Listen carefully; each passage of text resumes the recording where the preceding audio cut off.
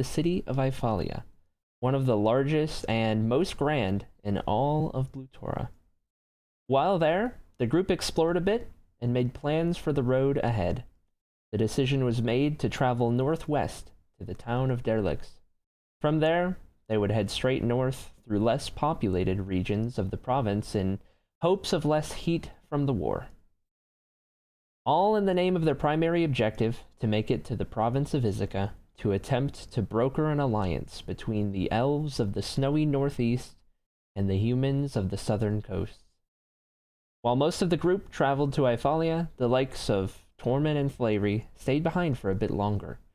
While the main group was making the plans for the final stretch of the journey, the bard made his way across the border and into the city, just in time to meet up with the group as they left to travel northwest towards the town of Derlix.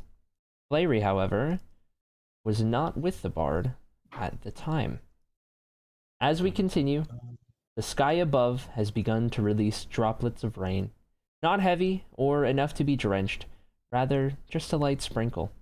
Thunder booms in the distance and lightning strikes relentlessly both near and far. The distant dragon, roaring atop the peaks of the looming mountains, releases bursts of lightning energy from its mouth and almost appears to be conjuring up this very storm. Pipra, Hera, Kavian, Tormund, and Darcy's, joined by Tanith, all stand removed now from the city limits, past the outskirts and past the fields of agriculture. Stone roadway leads far ahead to the northwest, intertwined with the river as they cut through a valley, splitting the looming mountain range ahead in half. And this is where we pick up.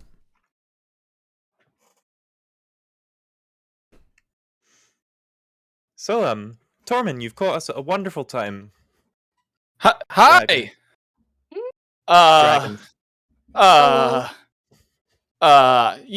had some unfinished business to do. I am sure you did. I would love to accompany you. All right, so Hera and I are gonna go back. You guys grab good them luck. by the collars and make sure they stay. Okay, so does anyone, now that we know that we're staying, thank you, Pipra, does anyone have any idea how to deal with pointing upwards towards ominously looming sky lizard? Yeah, we go very quietly, very slowly, and try not to reveal our location to it. I would like to see what Tanith is doing.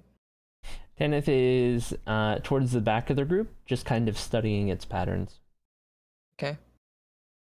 Can I go up to Darcy's? Yeah, I'm gonna go for it. Listen.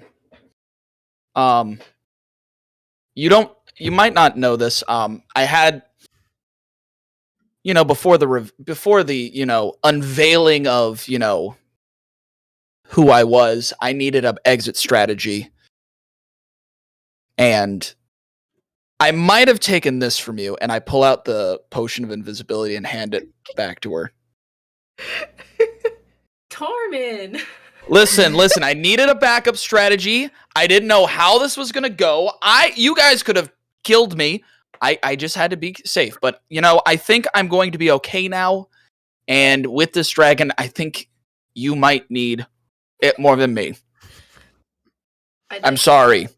It's a redemption. I'm gonna grab the potion, and I'm just gonna look him dead in the eyes and say, you could have just asked for it. You could have asked for it. You could have turned me in for 5,000 gold. There's a lot of things that could have happened. I was just playing it safe. And what could happen is we could all get eaten by this dragon if it hears us arguing. Now, are we going to try and be this stealthy, or are we going to try and get ourselves eaten by this thing? I think we should be very stealthy. I think Darcy should pop that invisibility potion, and we should just try to sneak around it. As you guys are talking this through, Tanith is going to get your attention by just kind of doing a classic clearing of the throat, and she's going to point up in the sky, and you guys can see that the dragon has left the mountain range and is heading generally in your direction. Would anyone like to make a perception check? I would like to make Yes. a perception check. And Oh, then my promptly a dice. stealth check. I would like 21. to. My perception is just going to be a flat 10. Okay. I'll do a So- perception as. Oh, never mind. Okay. I mean, you can go for Never it. mind. No, it's okay. That's okay. So, This was good. Pipra, you're gonna notice it's gonna appear to you as though this dragon that is flying towards you guys is not flying towards you guys in a necessarily hostile manner, as it is completely stopped roaring about and releasing the lightning energy that it was previously. And you also notice that the rain above you guys has subsided, but only around you guys. It continues outside of your circle. And it's starting to pick up just a little bit on the outside of the circle. So You're the only Um, one who co- notices this right away. Oh. Couple things, guys. Uh-huh. Do you notice the rain? It's Oh. it's a little Oh. strange. Oh. Also, it's headed this way. Oh.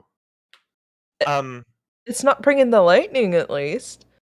Maybe it wants to just have a chat with Darcy's. Can it chat with Darcy's? Can you talk with this thing? Up to this point, Darcy's, you never would have actually done so yourself, as you've never met a dragon, but you do know that it is an ability amongst your people that you can understand and communicate with dragons. I've never tried to talk to a dragon, but I know that my people can. I think it's very nice that we would like to believe in the mythical fantasy stories that people talk to dragons and all. But in reality, we have a big honking dragon that shoots lightning out of its butt coming towards us. I think we should try to hide right now. I am going to go ahead and agree with this. Tormund, this is a good idea. If it decides that it wants to be friendly and present itself as friendly, I will be considerate of its opinions and what it has to say. Thank you for your translation services, Darcy's. However, You can I'm- hide, just no one attack until it attacks first. that's I You don't look wanna over at provoke it if not necessary. I look over at Darcy's and I say, "You might want to drink that potion now." And I snap my fingers and I cast invisibility on myself. I have no such thing. I have no such spells, but I am going to try and stealth. Okay. I am now invisible. Okay. I will what's now your- cast invisibility on myself. What's your stealth roll, Hera? My stealth roll is going to be 12. It's not great. Wait just a second. There's something Do I need do we all need to do a stealth check? Only those of you who want to.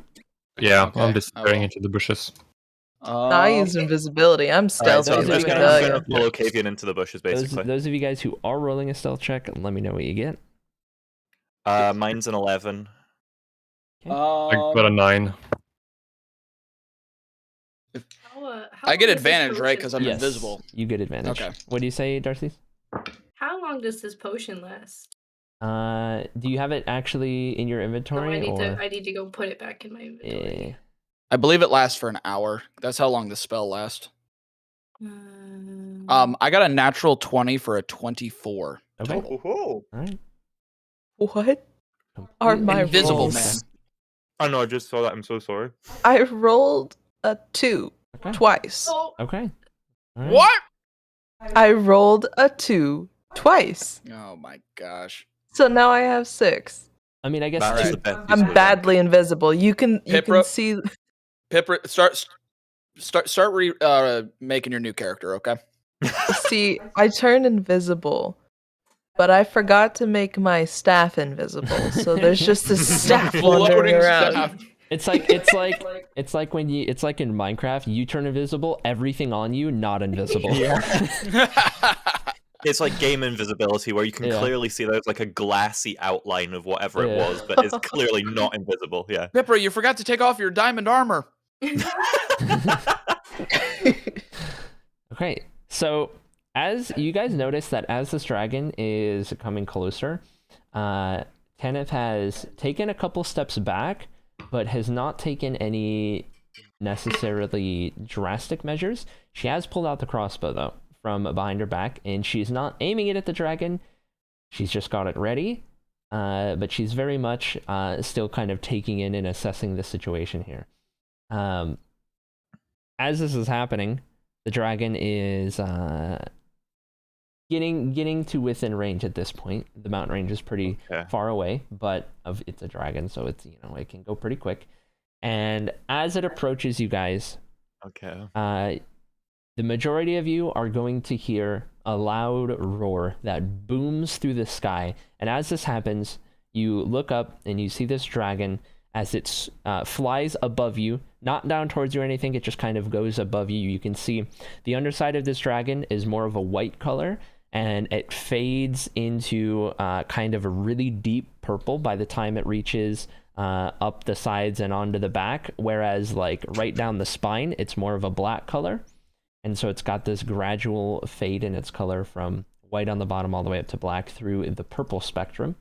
You can see that the wings are slightly tattered a little bit. It seems to be an older dragon that has maybe seen a lot, is pretty experienced, has been around the block kind of a thing. You're not able to make out too much of the details, but as it roars and as that roar booms through the surrounding area, Darcy's, you are going to hear inside your head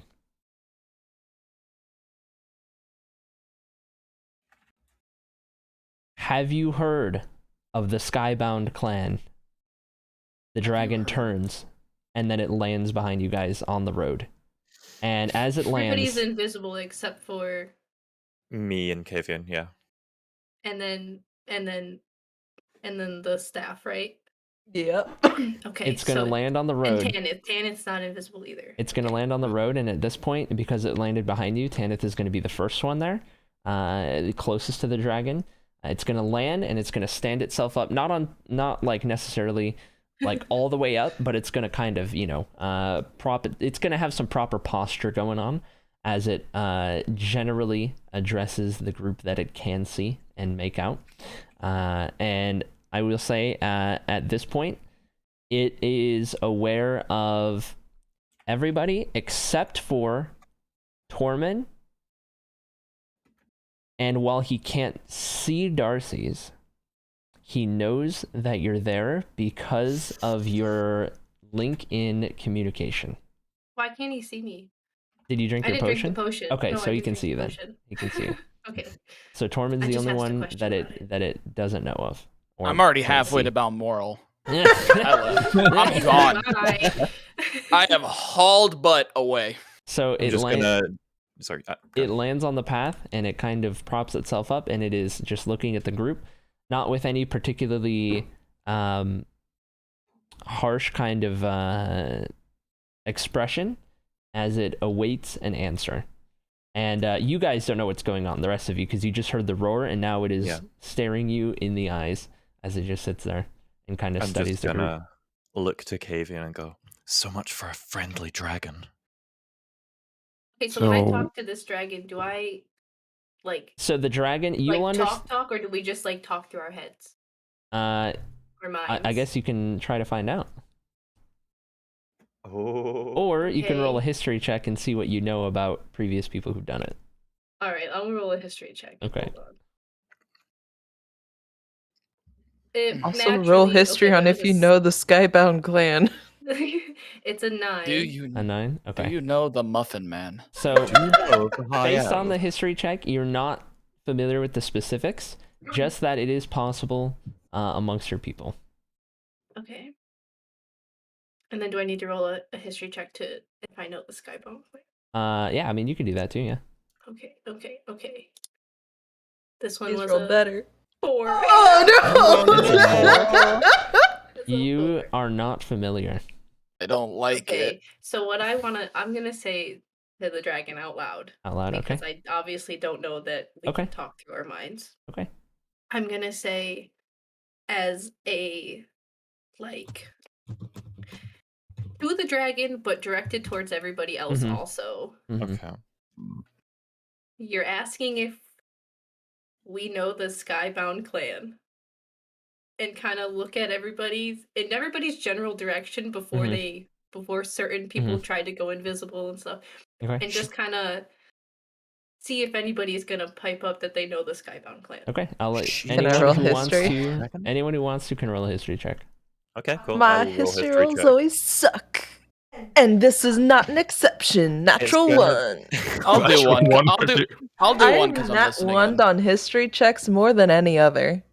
Aren't you supposed to be the smart historian too? I have a +6 to history. Oof. I got And I a. never roll good with it. I got a natural 20, and this time it was on D&D Beyond Wow. for 21. Beautiful. I'm just sitting on the rock listening in.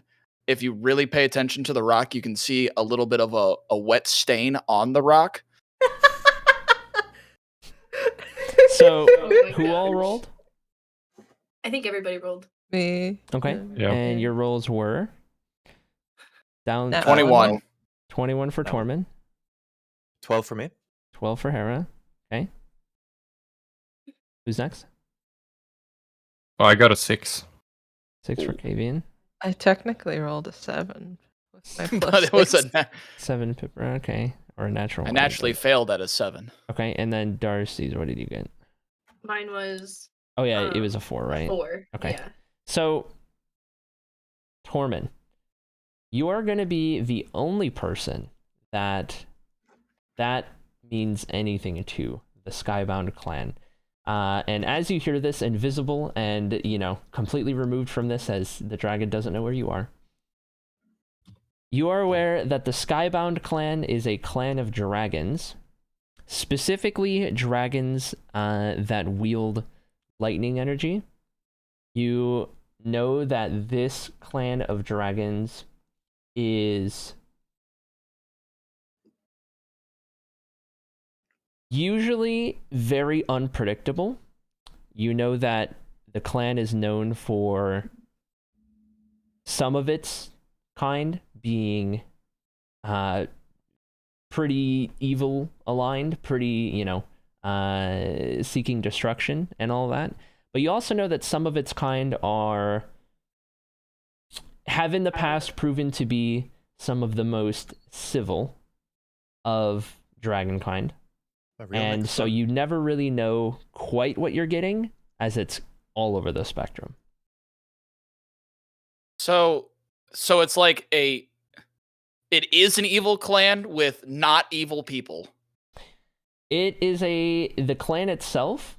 I wouldn't say you know much about the specific kind of goals or anything of the clan, just that its members are ranging anywhere from more evil to more good, kind of like humans. Okay, so I don't know if this dragon wants us for lunch or not. You just know what clan it's a part of. Okay, I'm not going to say anything because I'm invisible and scared, but I know that. Okay, there you go. I'm hiding. All right. SMH. So Okay. I knew he wouldn't say anything. at that kind of gesturing to the group and nothing happening, the dragon is gonna look you, Darcy's, and you can. I mean, at this point, you guys are all standing there. To give you an idea on the size of this dragon, it is standing as it kind of looks towards Darcy's, and as it's kind of sitting there, propping itself up. It is maybe. It's not standing on its hind legs, but even at the current way it's kind of standing there on the path, it is probably 4 or 5 times Darcy's height. So it's very How many large. Polaris long is it? It is very large. And so it looks at you, Darcy. Is it looking bigger than a baby? Like, is it a full adult dragon? You meant like a I think it was like tattered. I think it was like tattered and a bit. Its wings are a little tattered and old. beaten. We could tell it was an old Yeah, dragon. you can tell it's been Yeah. around. Like ancient dragon? Yeah, like are we talking ancient dragon you here? can tell it's been around okay, so that much. don't hit the ancient dragon. He'll one-shot us all. Yeah, this is one-shot potential.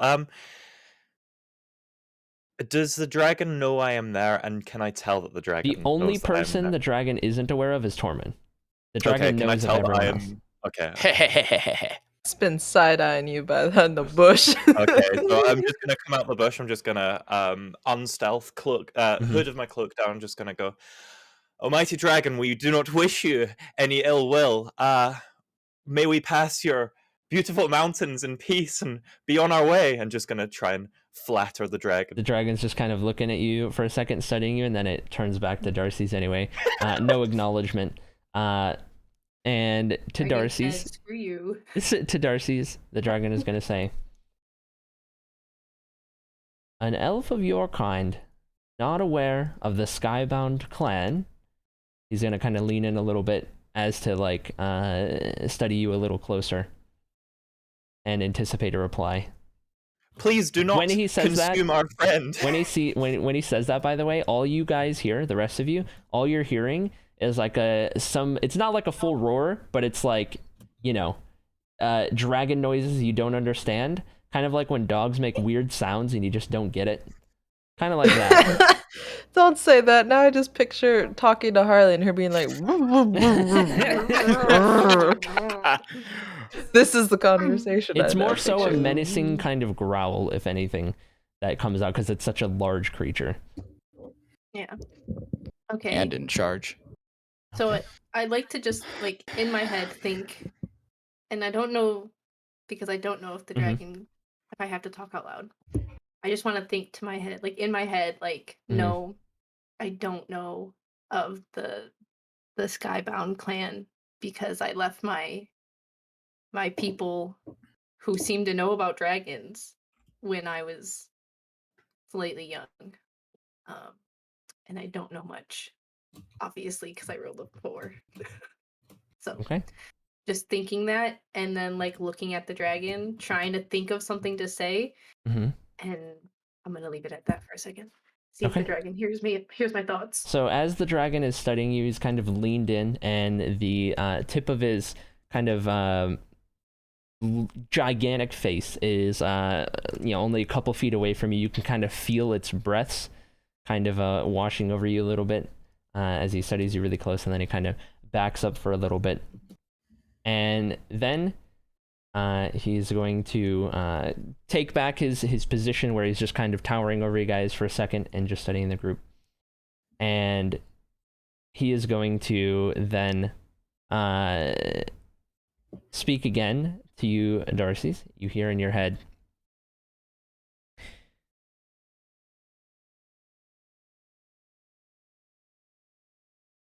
I think how I want to word this exactly. While you're thinking, I'm gonna become visible again because I feel weird just being a floating staff.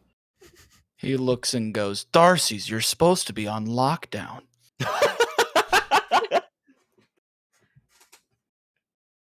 So he's gonna say, come with me, little elf. Let me show you what there is to see. He's gonna lean down and turn his head in a way that suggests you should climb on top of his neck / back. How to Train Your Dragon? Let's go. Okay. Dude, I'm Darcy, gonna, you're I'm just gonna gonna look leave at us? Hera. I'm gonna look at Hera. I'm gonna look at Pipra. And Kavian's still in the bush. And I'm gonna kind of just like look over at the bush. And then I'm gonna look over at the wet rock. And I'm gonna just kind of like, because now I don't look like Darcy's anymore, remember? So I'm like this whole new person, and I'm like, this new Darcy's is adventurous, and she's gonna get on the dragon. Can I try and get on the dragon too, invisible? Oh no! Oh no! You Just for fun. You certainly can try. Yes. Roll my a God. roll a stealth Stealth check with advantage. With advantage? Yeah. Yeah. Oh my god. Come on, Gary needs a natural new ones. pair of shoes. That is an 8 and a 12 plus 4, so 16. Where are you trying to climb on this dragon?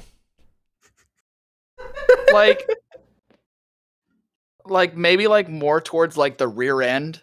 Like I'm not like I'm assuming Darcy's is going up like neck between the wings. Like Yep. Darcy's is in first class. Yep. I'm trying to be like at the back of coach. So as If that makes you're trying to like get a grip and climb up on this dragon, the dragon is going to kind of shudder and then shake a bit like there's an itch, and it is gonna fling you back. You're gonna fly like 10 feet back, land in the grass over to the side of the road. If you notice very carefully, you see a wet stain on the grass.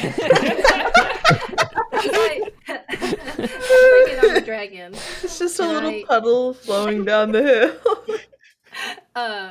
Can I I'm on the dragon, right?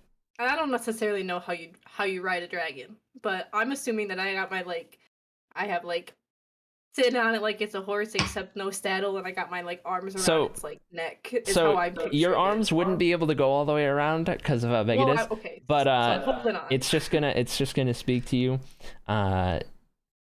It's just gonna say, grab onto a spike and hold on for your life. And you the back down the spine, there's like little kind of black spikes that run down. So you just interpret that as you just gotta grab onto one in front of you and just hold on. Okay. So I grab one, and then before the dragon takes off, I ask the dragon. I think to the dragon because I think it understood me before. Okay. I think to the dragon. Can I bring my friends? It's They're gonna good people. you're gonna hear a reply, and it's gonna say, "Were it not for your friends, you'll return to them shortly." Okay. And then I look at everybody and I say, please don't go anywhere. And then on a I'm dragon. gonna let the dragon go. I'm gonna wave and say bye. Don't get impaled.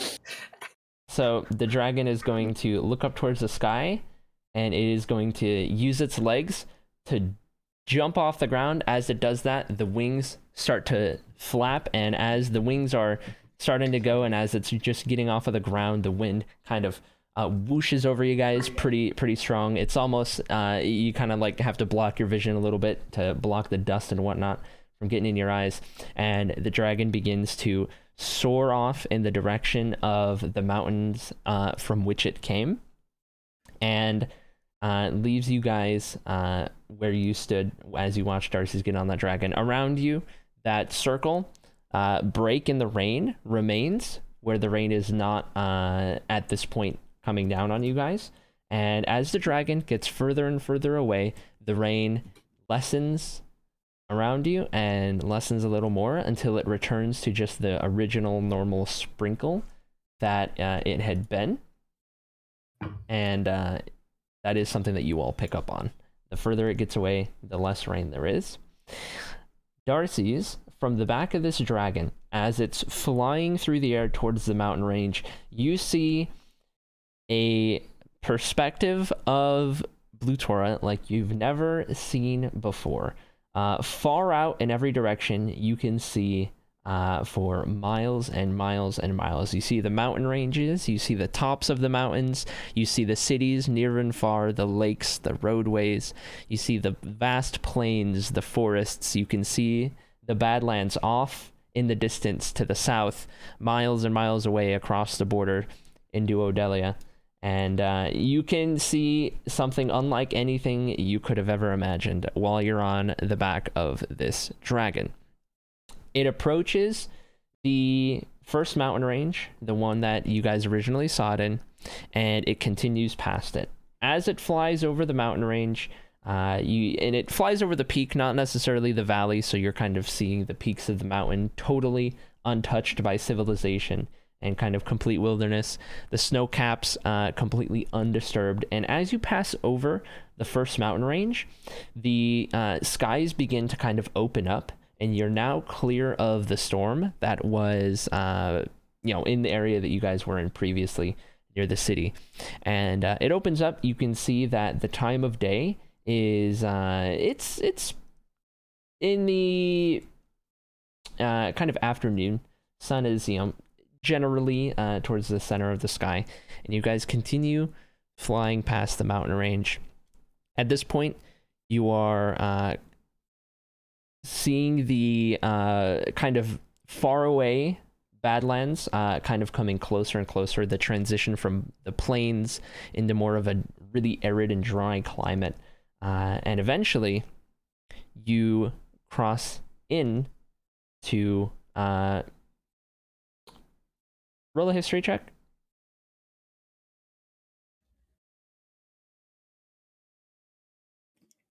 6. 6, okay. So you're not too sure where you are, but you've crossed into this land that has it's a very jarring change from the plains. It's a lot drier, a lot more arid, and a lot warmer for sure. And you're flying over these vast canyons and with rivers cutting through them in these kind of large and rolling hills of clay and sun-burnt sand and what have you. A couple areas with plateaus, and then you can see in the sides of some of the canyons the various different colors of rock that kind of expose themselves on the side.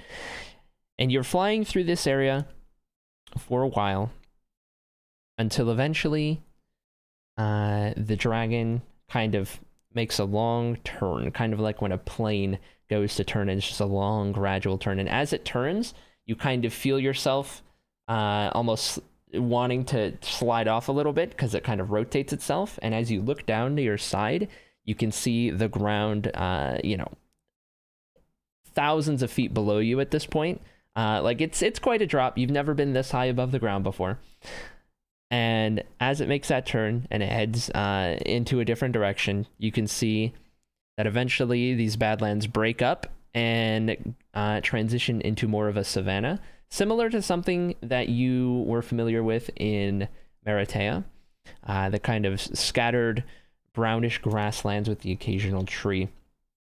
And you're off in the distance to the side, you can see what looks to be a larger city on a lake surrounded by a mountain range. Far off to your left, not quite close enough to make out any of the details or anything.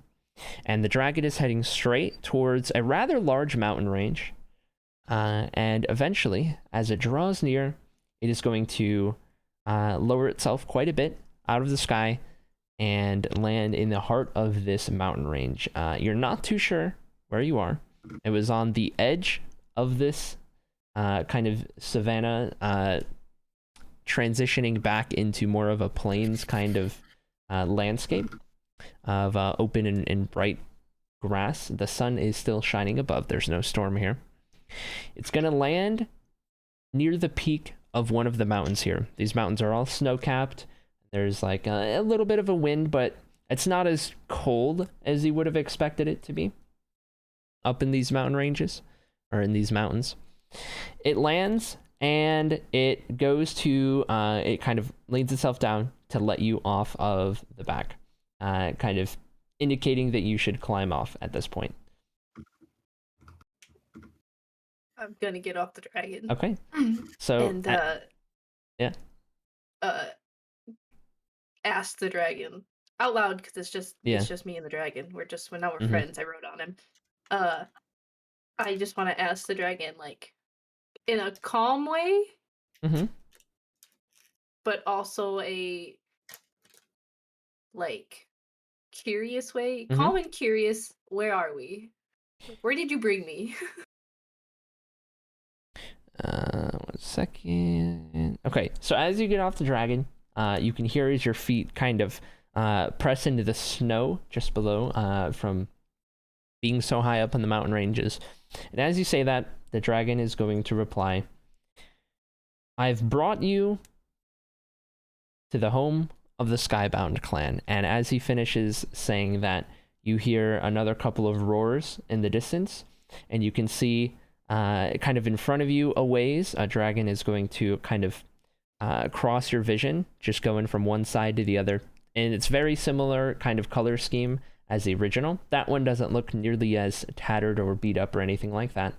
And you hear another one, you look up and you can see one flying far above. You can hear some distant roars kind of far off in the distance, not visible per se. And the dragons that had made themselves known kind of go back behind the peaks and whatnot to wherever they had been for the last little bit. And the dragon who led you here is going to turn his attention fully to you. I bring you here not as a threat. I bring you here to carry forth a message to the people of this land. The conflict you find yourselves in, the war that ravishes Blutora, is one that will have no good end. If this war rages on too much longer, it will be the end of this land as we know it. You and your friends, with the quest you've been given, should you follow the path that fate leads you, have the power to bring an end to this conflict. Should you fail, it would mark disaster for the elves, the humans, the orcs, Orca, the macabre, the dragons, and all of Blutora alike. Trust where your path leads you, and you will have the power to bring an end to this conflict. As for me and my clan, and as he says that, you can see the other dragons have at this point assembled themselves at the other peaks of the mountains, near and far. They're all kind of watching this. And it is at that point that you get the indication that this is the leader of the clan, the Skybound clan. The dragon that I rode on? Yep. Okay. As it addresses you. And the other dragons are all watching from the other peaks. As for my clan, we seek only to bring to those what they should have gotten a long time ago. Some of the people that plague this land deserve not to continue further. And so we play our part in attempting to bring an end to this conflict.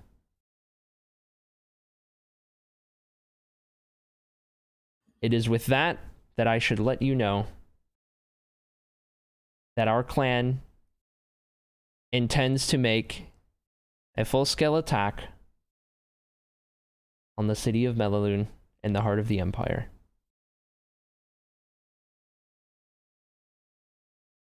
Should you encounter any of our kind, all you need is to let them know that you've spoken to Merellian. You spell that? M-E-R Mm-hmm. E-L-L-I-E-N.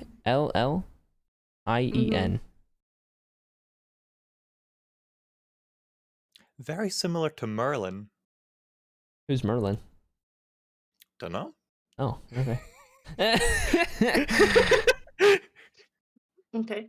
Some dude.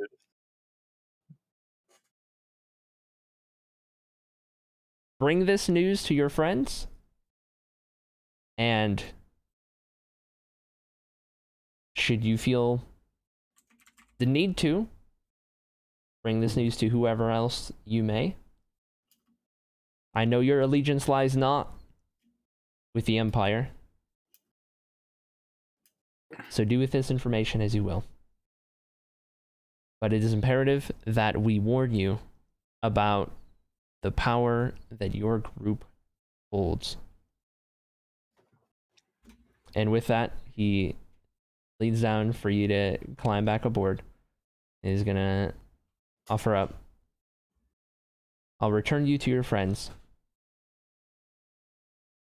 and we seek not to interfere with your task ahead any further. It was imperative that we get this information to you.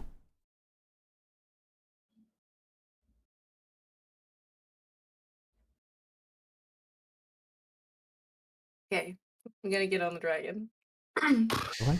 And while the dragon's flying back, Mm-hmm. can the dragon talk? Like the dragon can talk while he's. I'm assuming he can talk to me while he's flying. So yeah. he doesn't speak in English. Anytime he talks, it's just the kind of roars Yeah, it's just or like dragon. whatever. But I yeah, hear him. while he's flying, as- he can make himself. Okay. Okay, so while we're flying back, then, oh god, that music was a lot for me. I was like shaking over here. Like this is so much. Okay, so while we're flying back, I'd like to just kind of like ask the dragon, talk to the dragon. Mm-hmm. You want me and my friends to end the war. It may sound like a lot right now, but upon this path you find yourself traveling, you will find the answer that could put an end to this conflict. What we need from you is to make sure you stay on this path to find that answer before too long. Because with what's at stake, beyond just the petty quabbles of men and elves, is something much, much worse. And if it's given too much time to fester, to grow, to gain power, it will be the end of all of us. Dun, dun, dun. Would imagine that as my friends and I continue our journey, that we have an ally in the Skybound clan. Is that correct? We are of the same mind. We are chasing the same goal. I, unfortunately, cannot speak for all of my clan when I say I wish not to bring you or your friends any harm. But should you need to, in any desperate moment, speak my name, Marillion, and any of my clan should know, leave you be.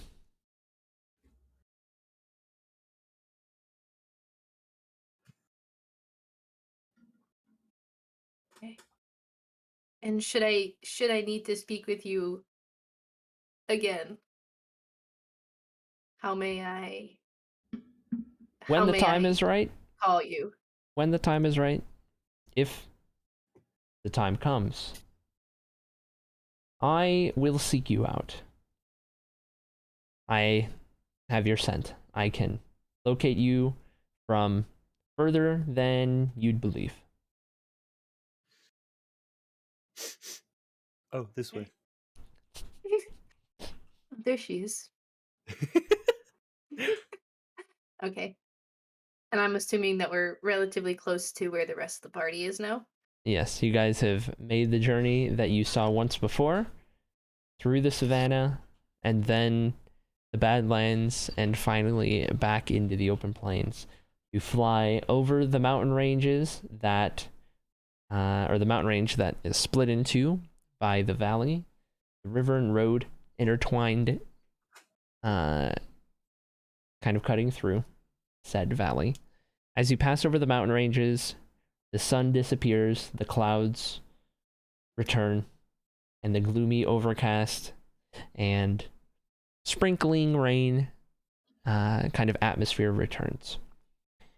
You see the city of Ifalia growing closer and closer, and the dragon begins to make its way down closer to the ground before you get within range of the city. And it's going to land on the road, a little bit removed from the group, good 30 or so feet, and it is going to let you off without saying a word. And once you climb off of it, it is going to immediately make its way back into the air and fly back off towards the mountains from which it came.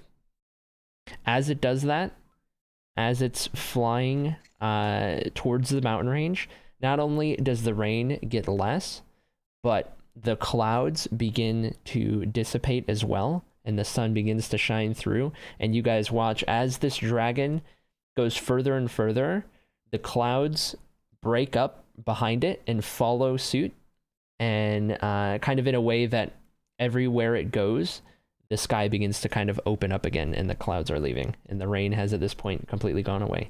And now the overcast day has reached its end. The sun now shines through on all of you guys, and you can see the bits of grass nearby kind of shining in the sun from the little bit of moisture that's accumulated on them. And it's as if basically the sun just came out in the middle of a slightly rainy day, and you get that kind of atmosphere. Everything seems a lot less eerie, and the wind has died down, and it seems a lot more like a normal kind of day, weather-wise.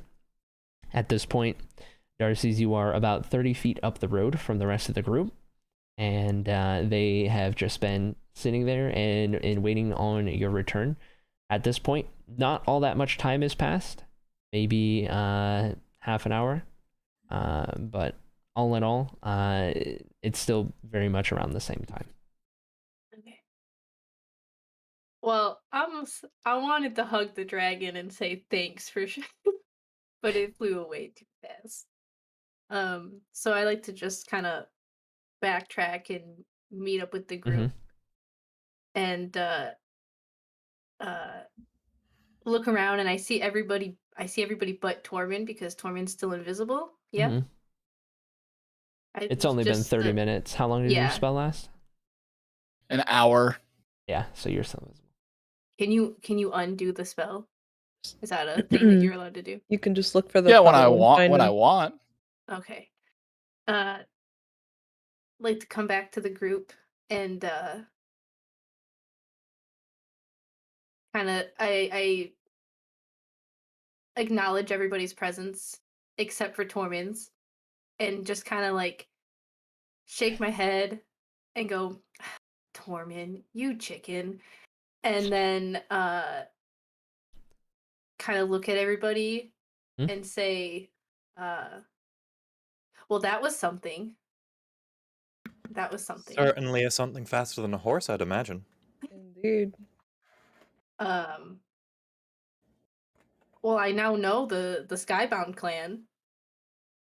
I know them now. I'm really confused. Who's the Skybound clan? This has all been very confusing. The Skybound clan is a clan of dragons.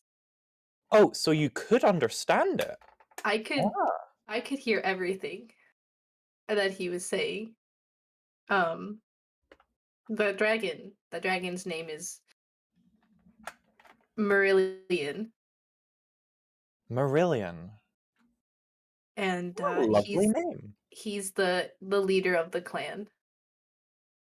And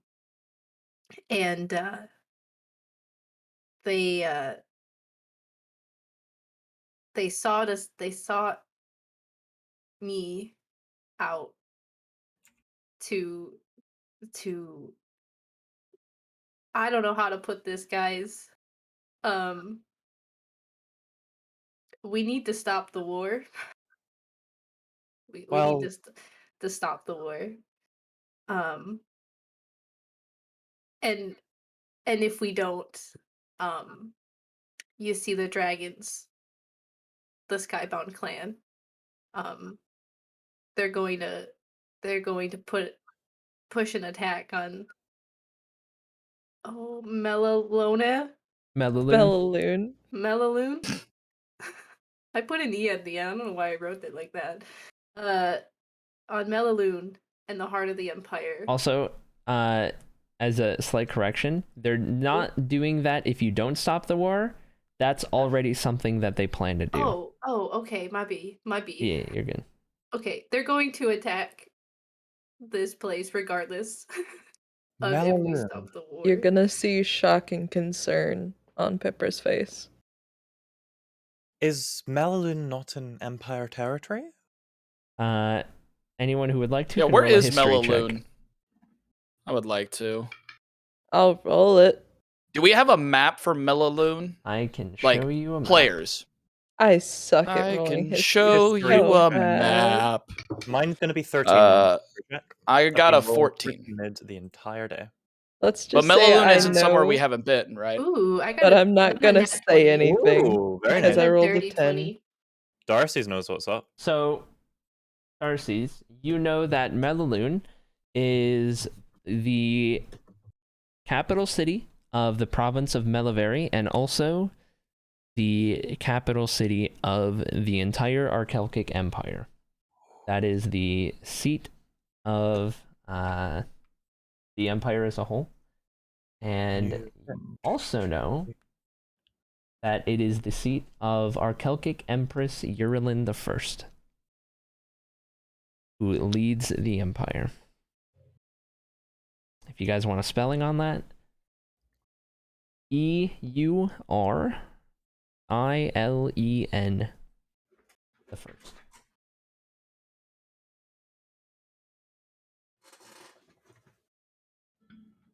Trying to look at the map right now.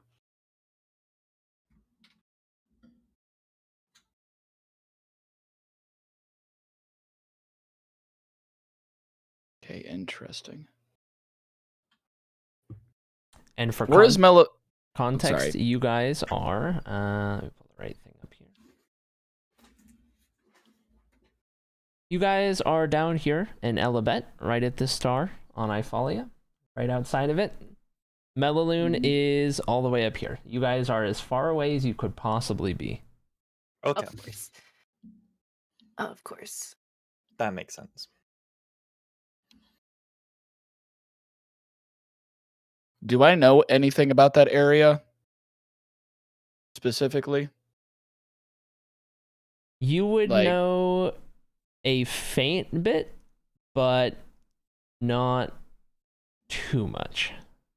You're definitely, it's not an unknown, it's just not something you're very familiar with. I'm like, because I was in the area there previously, but it's almost like I lived in New York. I knew of Philly, but I never went to Yeah, Philly. essentially that. Okay. Gotcha. Okay. Okay. I should have really known more than I did, to be honest. Like, Would need I know more- anything? need Because I more was a maps. member of the army and I would know my leaders as such. You would, yeah, you know that Melaloon is the seat of the empire, and you know who leads it. You've never been Melaloon, or really to the province of Melivari for that much. But I mean, you know the basics. Yeah.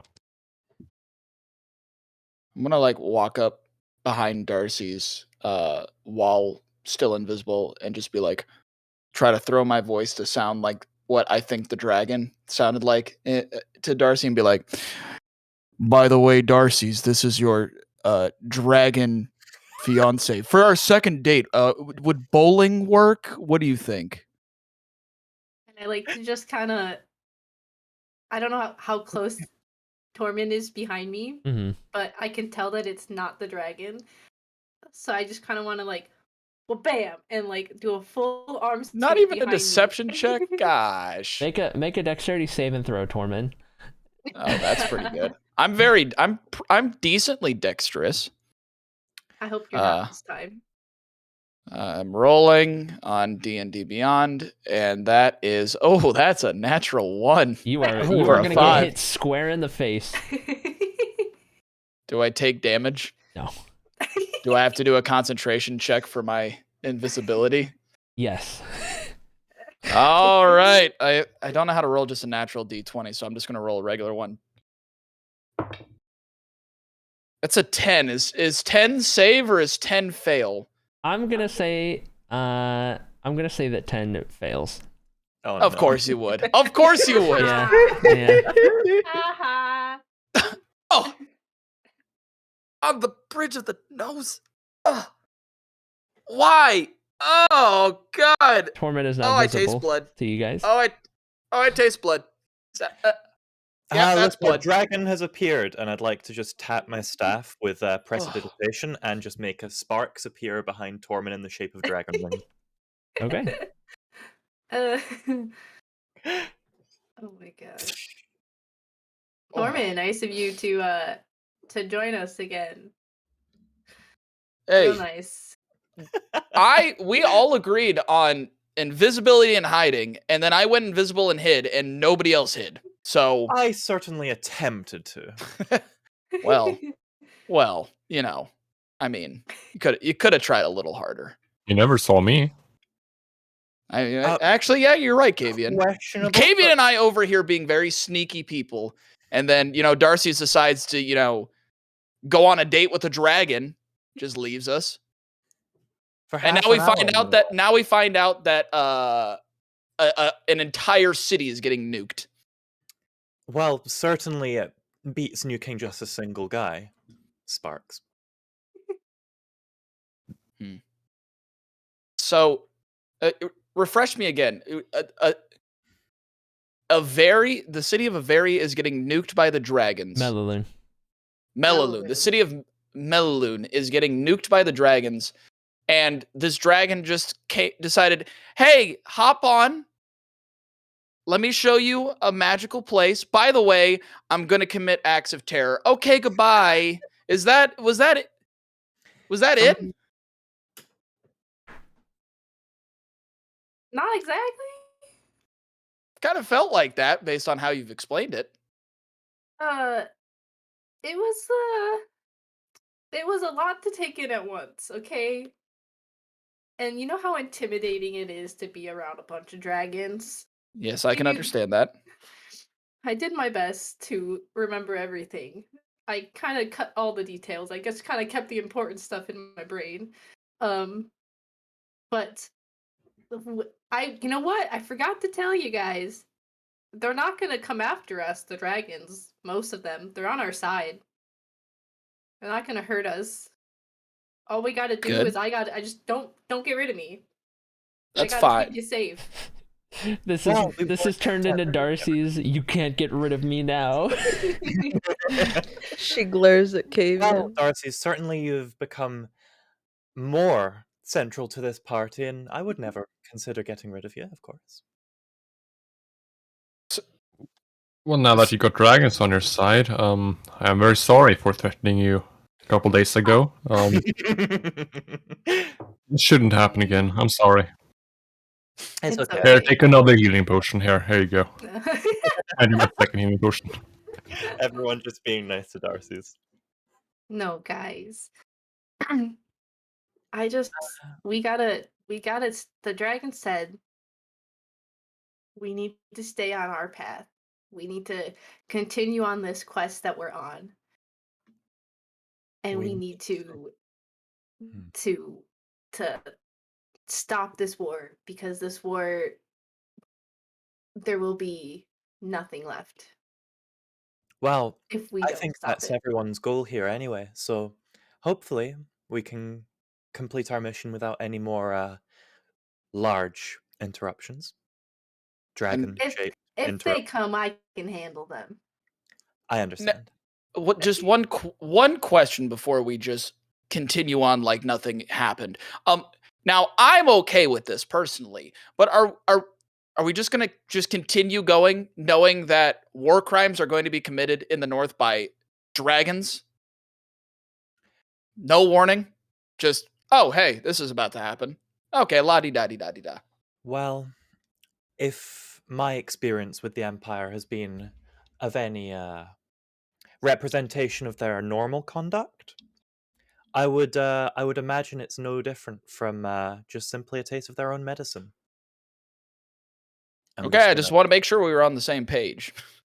Just want to make sure we're all okay with just active knowledge of a city getting absolutely destroyed. I mean, Granted, I In don't the- think we could in- do much because, pretty long foot travel.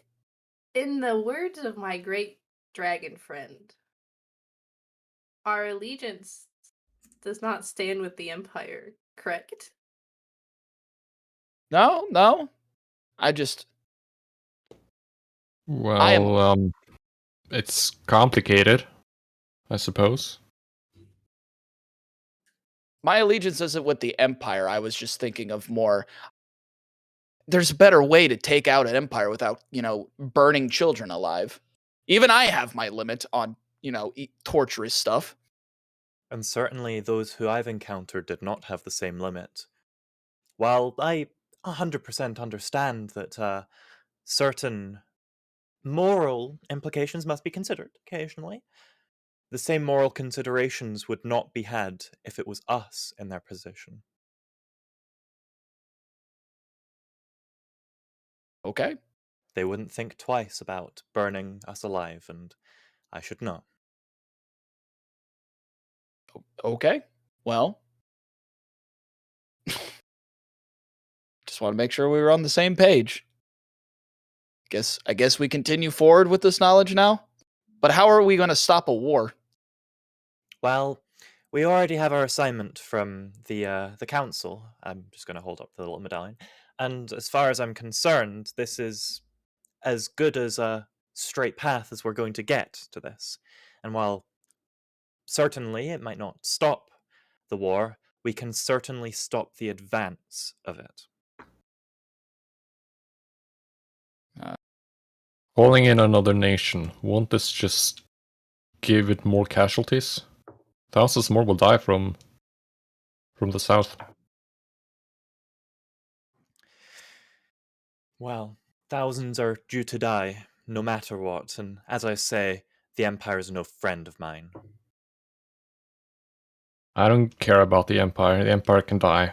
But I just care about my people in the north. Of And I know course. these people will march directly into my home. And I'm also perfectly fine with the Empire being demised and restoration of restoration of the original rulers. But still, I mean, I feel like there's better ways than just going on a murder hobo tirade. Right, I understand, but there's no point. There's no point in considering the what-ifs of this when it's a now, when they have proven their malice against regular people. Those who throw their lot in with the Empire should know that they have flown with the crows, and they will be shot down as such with them. Odie, can I get a clarification? Yeah. And Hera's getting really riled up about everything now. When the dragon told me that they were going to attack the head of the Empire in this city, are they just attacking the Empire? Like, is that like their main goal, or is their like main goal to take out the whole city? He didn't clarify. All he said was that his clan plans to attack the city and the head of the Empire. And that is, I believe, word for word. Or Okay. close.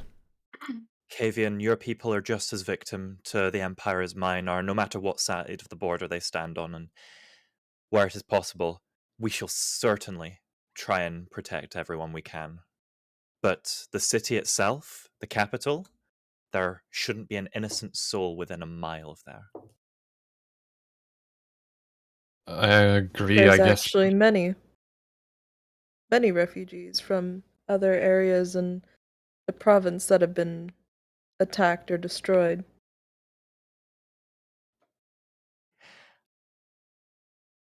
Well, certainly refugees that have sided with the enemy then. I mean, Not given don't- much choice whenever schools Yeah, are you attacked. think they sided because they agree, or do you think they sided because they needed to survive? Sometimes when your back's against the wall, you got to do, the tendency for the living is to do whatever to survive. I'm no stranger to this tendency. I just didn't drop all sense of morals when I chose the side that I fled to. I would certainly rather flee where there are good people in charge, rather than flee to where I might be on the winning side. What if trying to flee to the right side will lead to death for you and your children and your children's children?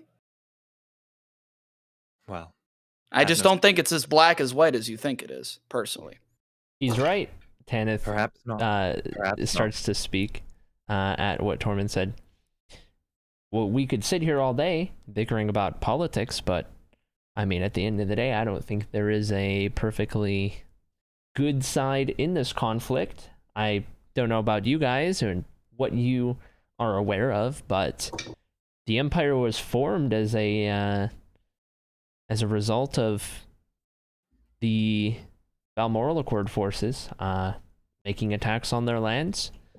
It was more of a defensive pact than anything. I'm not defending the Empire. I think they've done some terrible things, but there are the people that are just as guilty, and I think, based on what Darcy's here has said, that dragon might be onto something, and that this war could bring the end of all of these lands as we know it, especially when every side is equally as guilty and equally as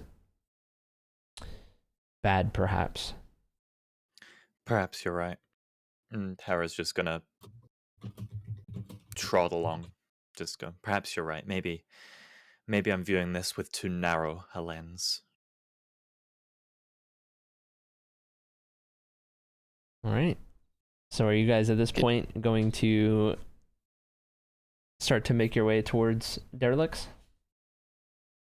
So I just want to go up to Darcy's and be like, "Hey, Okay. could I get one of those berries, please?" I was just trying to play a fun little joke, and like I'm actively tasting iron in my mouth because of my bloody nose. Yeah, Tormund, you can have a berry. Here's thank a you. berry. Thank you. These things are delicious as well. My goodness, you got to give me the recipe. Don't think I can make it because I don't have, any healing capabilities, but good Lord, does it taste so good. I just pop I'm one in glad my mouth. I'm glad that you feel that way. Glad that you feel better with the berry. And as he eats the berry, he's no longer tasting the blood. He's just tasting the taste of the berry. Mm-hmm. And it kind of just distracts him from the taste of the blood because he's eating the berry. Mm-hmm. Okay. Lovely. Thank you so much. Seriously. Of course. Anytime. All right, on our way to stopping a war. Stopping a war. That much I think we can all agree on. Where's the closest city? I'm hungry. It's been a lot going on today. I believe we're bound for Derelicts. How far? Well, It's gonna be a trek. It's gonna be quite a trek, but I recall it being till evening or so that we might reach there. Well, let's pitter patter then. Okay. I'm gonna get back on my horse and just coconut noises. Coconut or noises. Gotcha. We move forward. Okay. Onwards. All right. So after a good amount of time spent traveling the roads of southern Elabet, passing by the occasional trader, traveler, mercenary, and so on and so forth, as the day begins to draw nearer to an end and the evening becomes more and more prominent, the sky begins to turn more of a golden color as you guys can eventually see the town of Derelicts open up far in the distance, in the middle of these vast plains, almost acting as a a beacon, especially at night when the lights are lit. And as you guys draw closer and closer, the town becomes more and more clear to you. Resting on an intersection of Elabet's southern roadways sits the calm and quiet town of Derlix. Not yet touched by the war, a somber feeling looms over the population, that of fear, paranoia, and dread. The town plays a similar tune to that of Ifalia, although it's much smaller and there's no grand castle towering above. Resting in the vast, open Elabetan plains, the town is visible from far off in any direction. It acts as a beacon for travelers of the night and a resting place for traders venturing across the lands of Blutora. Farmers' fields stretch a bit into the plains from the town center. No walls stand to protect the settlement. However, at all 3 road entrances into the town, there sits gate walls with Elabetan guards watching from atop. One thing stands out above all, though, and that is the increased military presence from the Arbaric Concord. You guys are, at this point, at the entrance to the town of Derlix. Barbaric Concord. Would I need to make stealth checks at this point? No. The Arbaric Concord officials are not who you have qualms with. Okay, cool. I should probably stealth though. You can choose to if you want. Yeah, I want to kind of put up over my hoodie and kind of. You can all see me kind of starting to look a little bit more down and a little trying to avoid eye contact. Since you're in a group with the others, you can roll with advantage on stealth. Okay. It's going to be good anyway. That's a good roll. 18. Okay. Cool. I'm gonna take the lead and just try and do the same thing I did with the other guard officials and just go, "Good evening. How do you fare on this day?" And just to the guards that are at the gate. They're just gonna kind of nod at you. They're not blocking the entrance at any means. They're just kind of at their post watching. Okay. But they're not gonna reply. They're just gonna kind of nod in your direction. So just gonna pass them then with the rest of the group and go, "Good evening," and just continue. Okay. Right. So as you guys enter through the main entryway into Derlix, you see a rather small, or maybe not necessarily very small, but very quiet town. There's not as many people kind of in the streets going about their usual business, especially compared to some of the other towns that you were in down south in Meritea. There is definitely a lingering kind of atmosphere about the place that is kind of, off-putting a little bit. It's, the people are seemingly very down and just kind of a general feeling of kind of hopelessness and, the war will inevitably reach here. That kind of a mind, I guess, that takes up or fills this atmosphere. You see the town stables more towards the center, past a couple rows of buildings and whatnot. You see that the architecture is similar to Ifalia and that they make use of all kinds of different wood types and colors accented by some whites and grays, and it's pretty similar to what you had seen down there. There's just no grand castle walls or anything. And it seems like a pretty quaint little town. What time is it right now? It is currently sunset. How much of a rush are we in? I mean, if we just want to grab a quick bite to eat, we could continue traveling. Enough of a rush that we took this route to cut down on the time spent traveling, but not so much that we couldn't stop for a bite. I mean, if we want to stop, we can do that. Or if we want to...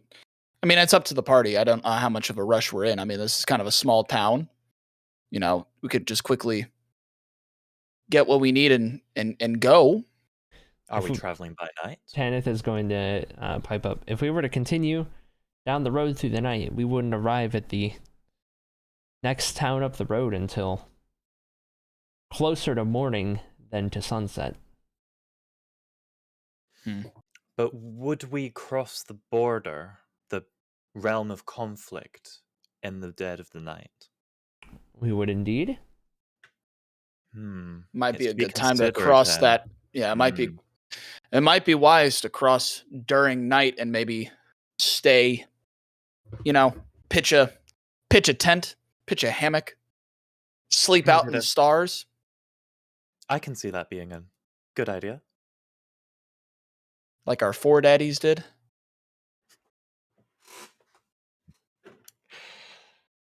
That's a phrase. Thoughts?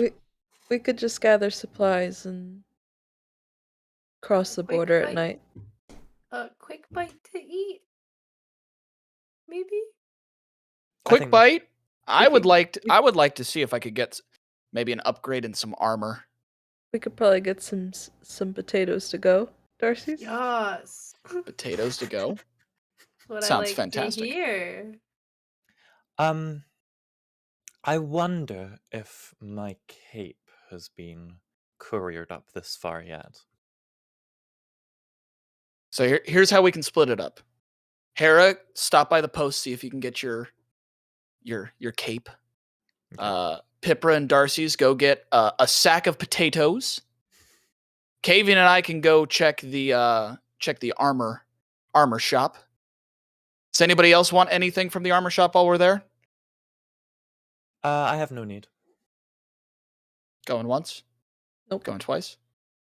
All right, hands in the middle. Wait a minute. Mugs on 3. 1, 2, 3, mugs. Mugs. I want to just look at Tormund for a second and say, did you say a bag of potatoes? Are you eating raw potatoes tonight? We can easily make a fire. Yes, cook the very potatoes. easily. Very easily. I have seen some of you people take down entire castles with fire. You can't cook a And potato? I have got to say, it was a pleasure doing so. I think I could cook a potato. And then Yeah. I want to like look at them and be like, oh yeah, I forgot. Okay.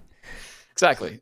So Would everybody like? Well, we can gather supplies, but would we also like to stay for dinner in the town? I feel like a quick rest from the road might not be the worst idea we've ever had.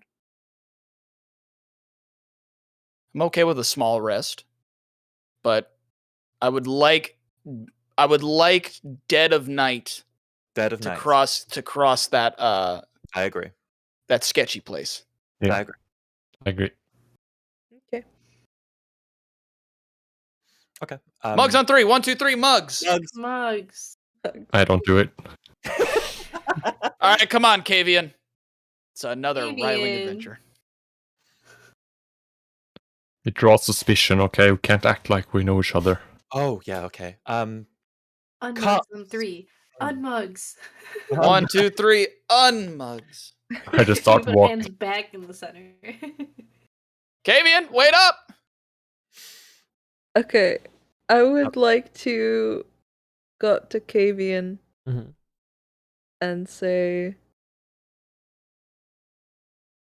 don't worry, no one will recognize you, and cast invisibility on him. Okay. What? Do I And know I'm you're just invisible? walking around invisible with Tormund. All right. Do I know I'm invisible? Head in Did the you say direction else? of the nearest post office and see what I can. I did it It's happened. in a way that you would know I put you invisible. Oh, I think that's going to be useful. Here we go. So Tormund and just- Kavian are heading to look for I'm just some armor. gonna be like confident, but I can't Mhm. see Kavian, so I'm gonna be like, come on, Kate! And come on! And just start walking. Okay. And what are the rest of you doing? I think me and Pipra are going to get potatoes Okay. and maybe Just some other supplies. snacks. Maybe some bedrolls if anyone doesn't have any, and yeah, just food and supplies for camping. Okay. Mhm. I am going to the post office to see if my my capes arrive because I'm considering that as close as I'm probably going to get to winter clothing here. Okay. Just very conscious that as we go further north, we're going to be in enemy territory if we're going to be buying stuff from now on out. All right. Yeah, I may look for some boots as well. So, Tormund and Kavian. After a little bit of searching around the town, you're finally able to spot an armory. And this building is a pretty simple building. It's not very large by any means. But you see the sign out front that just simply reads Derelict's Armors. And that is the closest thing you've found up to this point. Does I'm like still like looking around because I don't know where he is. Does this look like a good place? Where are you? I touch your shoulder and I say, okay, don't talk. You're going to look stupid. So just listen out. You go do the talking to the guy inside. You distract him. You say, "Look, want to look at some cheap armor in the corner," and I snatch whatever you want. How's that? I like that. I like that. How will you know what armor I want specifically? I got no clue. We should probably take a trip in first. Okay, here's what I'm going to do. The first piece of armor that I want to get, I'll take a look at it. And then I will say, no, not that one, that one. Let's take a look at that one. And then I'm going to, as we go to the other one, you take that one. Yeah, okay. Fantastic. I love it.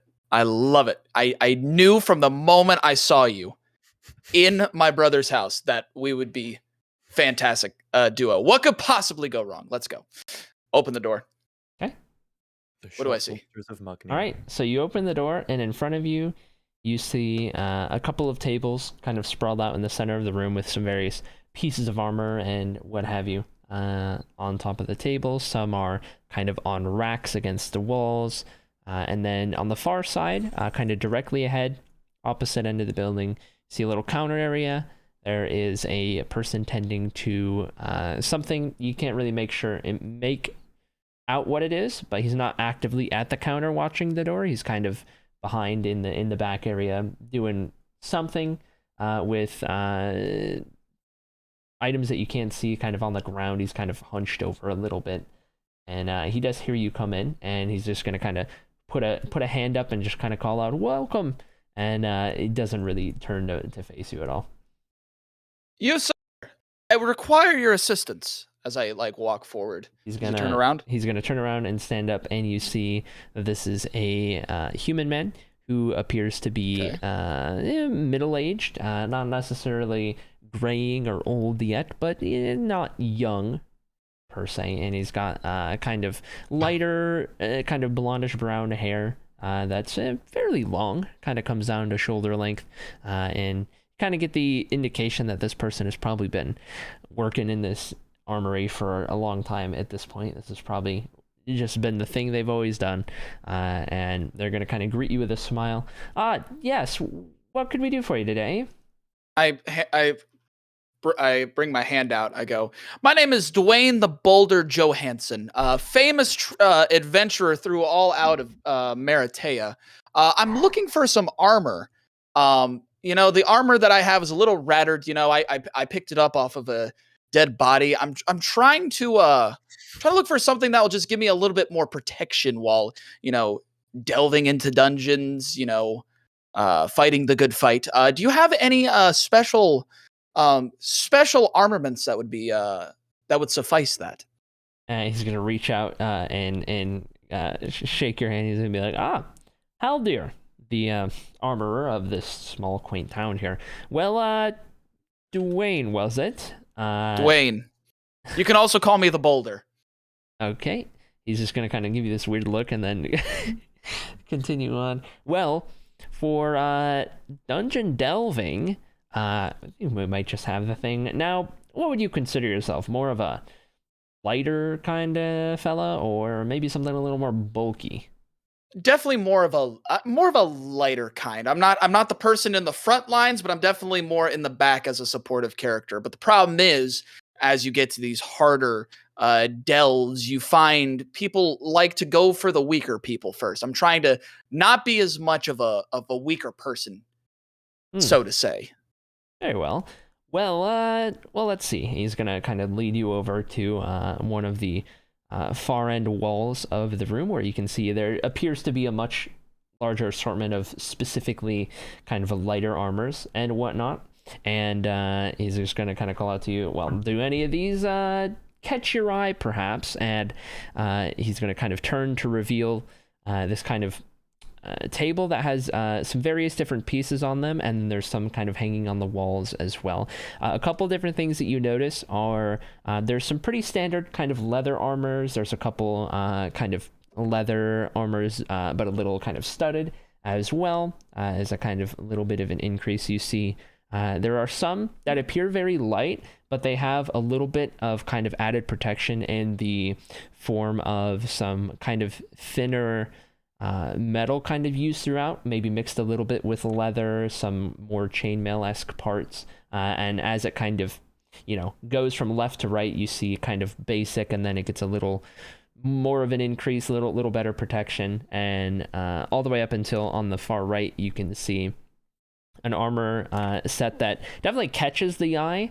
As at first glance it might appear to be a little heavier, but upon closer studying of it, you can see that it is essentially just a mix of a kind of chainmail-esque with some very light kind of armor platings on it and whatnot, all kind of a silvery color, and that's probably it's more of a medium, if anything, kind of on the heavy end of light, I guess, but it kind of goes from left to right. Do you have anything magical? So I had this idea. I had this amazing idea because I have this saying, and I feel like a piece of magical armament would be perfect. You see, would you have something that might imbue a fire from the clothing? Because I have this saying of, can you inhale what the boulder is cooking? And the joke is that I'm cooking them. Do you have any magical fire-esque armaments that might have that power?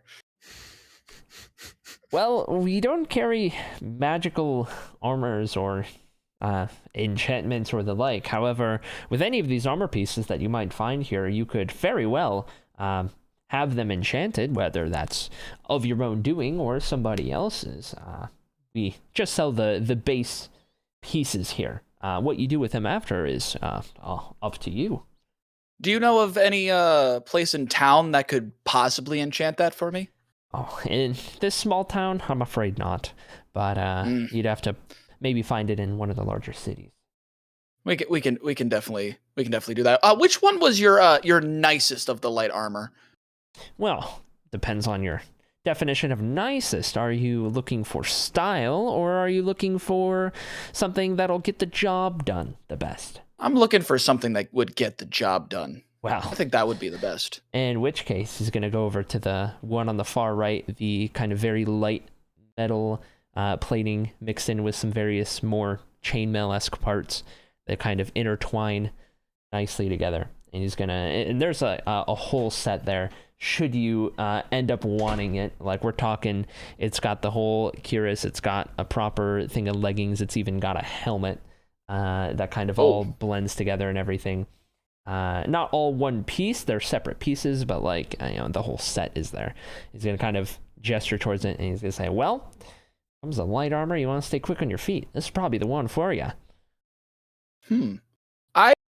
I think this would be a good start. I like the look of it. Maybe not the helmet, I like more of the hood for the top, but the rest of it looks just very sturdy, good sir. Now, I want to see my options. So, this one was good. I don't know if it's exactly what I'm looking for. And I emphasize that. Mm-hmm. But could you show me the one that's in, how about the one over here? And I point to the far other end. Okay. And direct him over. Okay, so you guys are now looking at more of a very basic kind of leather type of armor. It's definitely a lot lighter, so you'd be even quicker. Okay. And maybe that's what you grab onto, and maybe you just want to be a little quicker or something. But it's pretty standard. He's just going to start talking to you about the leather, how it's crafted, all that kind of stuff. Now, you see, with the leather piece, like sometimes leather chafes really around the, the sensitive areas. How would this be on the,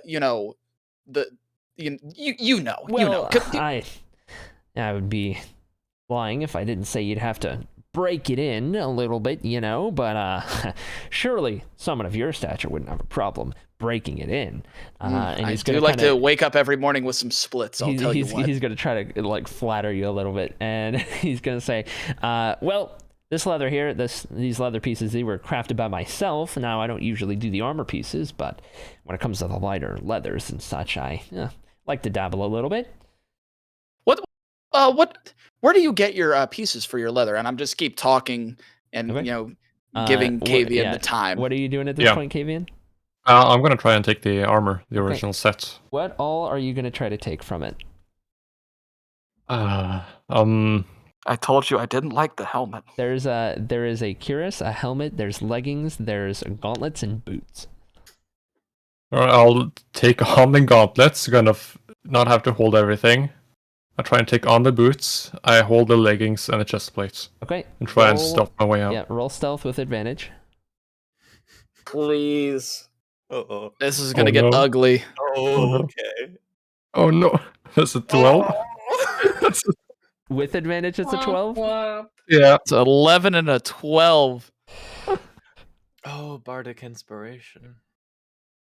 You don't have any boost to it? That's with the boost. Oh, okay, alright. Yeah. Okay. So you alright. You're gonna have to be ready for this, Tormund. As you're putting on the gauntlets and boots, there's a sound. There's a sound that appears from over where Kavian is, and you're gonna hear this, Tormund. Luckily, the guy's facing you, and you're facing, like, you can see the armor kind of moving from invisible means, but you hear this sound. What do you do? I'm gonna go and be like, I mean, this leather is perfectly fine. Oh, and I'm gonna fall. I'm gonna like accidentally trip onto the mannequin and knock over. Like I'm gonna fall on top and be like, oh, I'm so sorry with these hooves. I haven't had these hooves. I had them polished recently, and obviously I must be just slipping about. I'm so sorry. High roll. I'm good at performance. It's a +6. All right. Come on. I'm watching it roll across my screen. That is a 16. Okay. All right. He is going to buy it. He is going to try to help you up, get you back to your feet. He's going to look a little worried. What appears to be a well-paying customer. He doesn't want to blow that, so he's going to be very helpful and not pay any attention to the noise behind. And at that, Kavian, you're able to acquire everything that you were looking for, and you are able to, in this kerfuffle, make your way back out the door, and you now stand removed from the building. I'm just gonna hide it in a barrel or something nearby. Make a perception check. Or in an alleyway, just somewhere dark, and oh boy, that's a 4.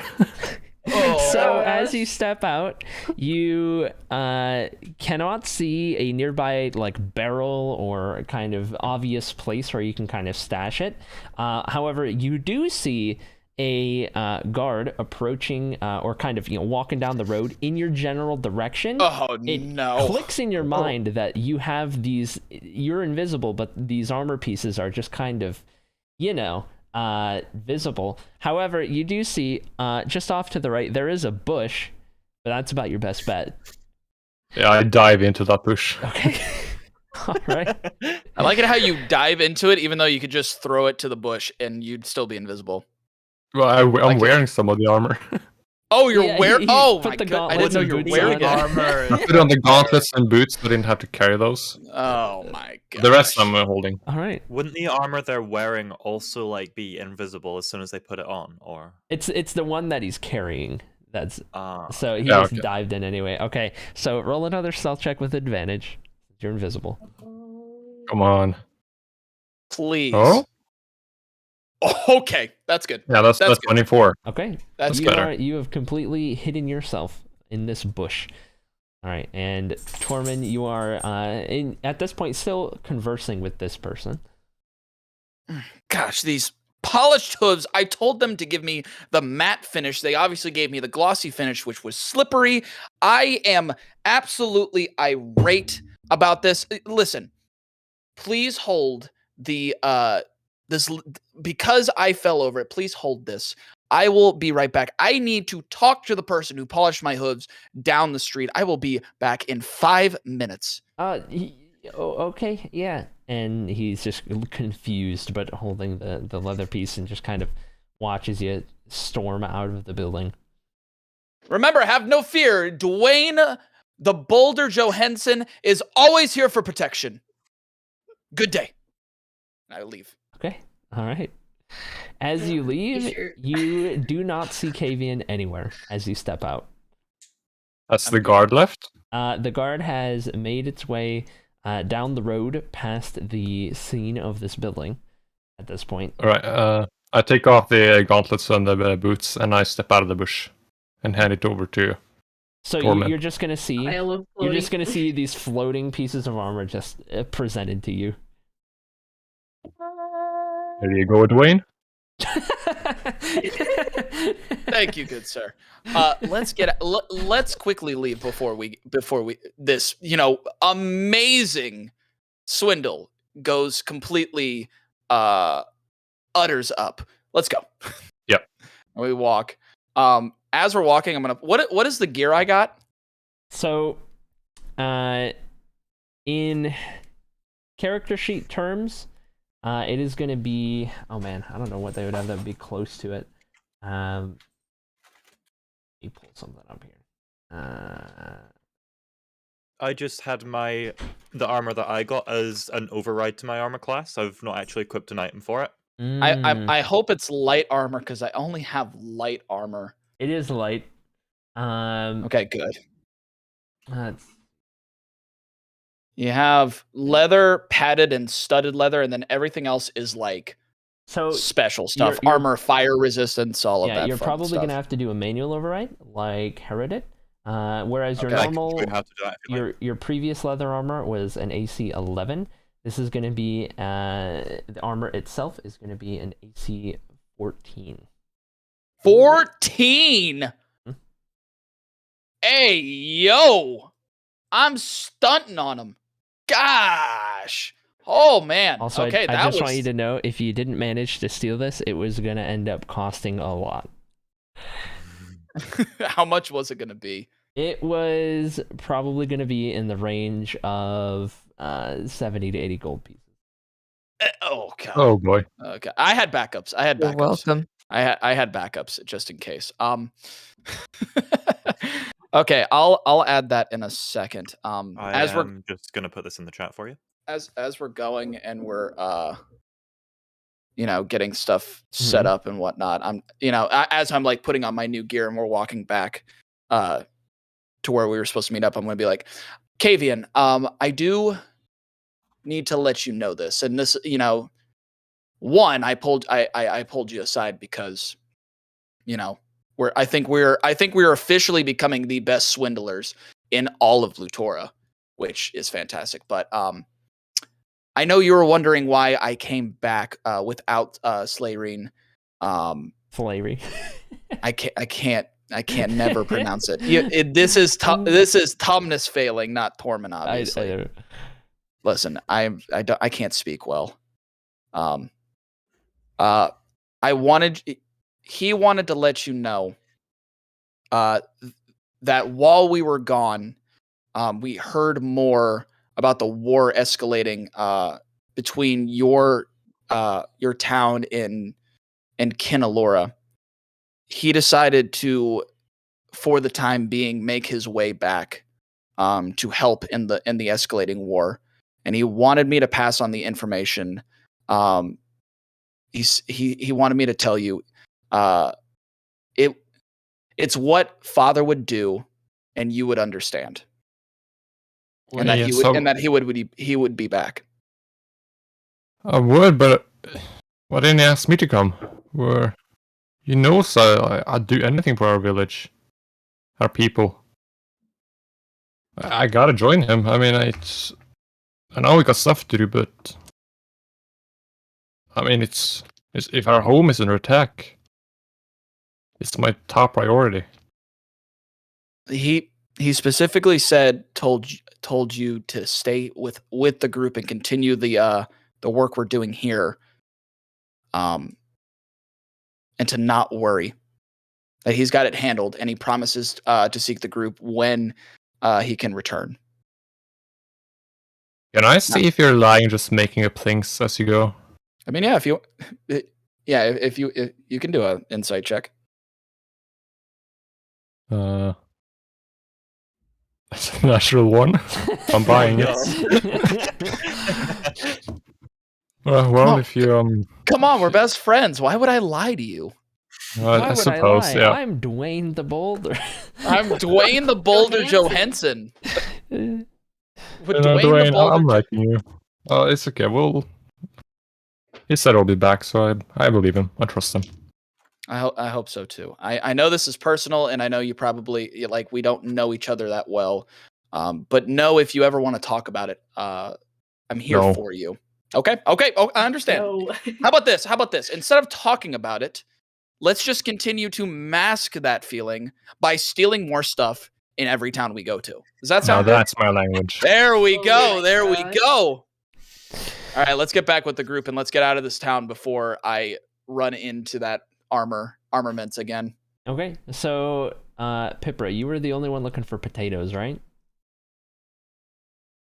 I was think with her. Darcy's, yeah. Darcy's is we with went you? together. Okay, so Pipra and Darcy's, as you guys Spawning are off like that, I can't believe it. searching around for somewhere to buy potatoes as the sunset is painting the sky and the sun slowly becomes less and less visible. You do eventually find a kind of market square in the town. It's not necessarily in the center. It's kind of in a weird spot, but you find it nonetheless. And there are only a couple vendors left. A lot of people have packed up for the night, but there's a couple remaining people there. And you get the impression that this area sells all kinds of stuff, from food things to whatever else you might find. There's some stands that might be for armors or weapons and just a whole assortment of various things. Any boots? There is a stand that the one that appears to be some kind of stand to sell like armors and whatnot. There's nobody tending to it, but there are a couple things in kind of around the stand. The only stands that have people tending to them are one that appears to be some sort of food stand, and another one that is appears to be more focused on selling things like pottery and jewelry and stuff. What was the first stand? You kind of cut out for me. The first one that has somebody at it Yeah. is more of, you get the impression it's more of a food related type of stand. I'll head over there. Okay. As you head over there, you see that there is a older human woman who is tending to some kind of like a crate at her feet. There's a couple baskets around as well. She's kind of organizing some things, going through some stuff. Looks like she might be getting ready to pack up for the night. But she notices you approach, and she's going to kind of stand up and kind of place her hands on the stall and whatnot, and kind of greet you guys with a warm smile and ask, what can I do for you two? I'd like to buy a bag of potatoes. Oh, potatoes? Yeah, and she's gonna kind of bend down and she's gonna go through some of her baskets and whatnot. And while she's doing that, she's gonna call out, may I ask why you need a whole bag of potatoes? Darcy, We take are over. I'll be right back. okay. We're you see, we're going on a trip, and we're just packing some food. And you see, me and my friend here, we believe it or not, are big fan of potatoes. So, She got a bag of potatoes. we would like to get some potatoes for our trip. Very well. After a little bit of kind of digging through some things, she eventually brings up this kind of sack and kind of places it onto the kind of flat surface of this kind of market stall and kind of pushes it forward. And she doesn't specify how many are in there. You can just get the idea that this is going to be enough potatoes. Okay. And she's going to say, well, for this bag of potatoes, it's only going to cost you 8 silver pieces. What else? What's your? Is it all produce at this market? At this like stall? Yeah, you get the situation? indication that it's mostly just produce type things. All right. What's your specialty crop? Like, what are you looking to get rid of tonight, ma'am? Well, I've already gotten rid of most of the things. As you can see, I'm just about to be packing up, so I don't have a overabundance of anything right now, just a various assortment of things such as, well, these potatoes here, some carrots and some wheat and the like. Basic stuff. We don't have anything too fancy here in these plains. Could we get a bushel of carrots as well, ma'am? Yeah, of course. And she's gonna open up the sack and she's gonna grab some carrots and put them in there with the potatoes as well. Kind of closes it up, ties it again. How much does that make our total? That'll just be a single gold piece. So it's a total of. What was that? Just 1 gold piece. I got it. All total, because it was 8 silver, goes up to 10, which is just 1 gold. Oh, okay. Yeah, I've paid. I hand Oh. over the gold piece. Thanks, Pipra. Though Kavian may Potatoes. not mind this, no potato does not approve of Darcy's and Pipra's methods. SMH. All right, so then we got our potatoes and we've got our They're unharmed potato. See? They are not Unharmed fries. They are potatoes. not mashed. Now, Unharmed and potatoes. we've got carrots, so we have potatoes and carrots. And oh my god. Look at Pipra juggling potatoes. I can only juggle 2 things. You said that these other markets around here, like these other stalls, it was like mostly like crops and produce and not like other stuff, right? This stall specifically. The This other stall. stalls have all kinds of different things that they appear to be selling. However, most of them are vacant as they've been packed up for the night. Sure. All right. Well, Pipra, I know we came here for potatoes. We got some extra carrots. Is there anything else that you'd like to get before we head back? I think this is it. All right. Since most places are closed, let's just Yeah. make it our way back to the group. Agreed. And then we start headed back. Harley. And finally, Hera. You, after a while of searching and just looking for anything that might fit your quarry, looking for where you might find a career business and whatnot, you don't come across anything. However, to your intrigue, you do eventually stumble across a building that is, it becomes known that it is a dragon spotting kind of group. And it's something interesting that you made note of.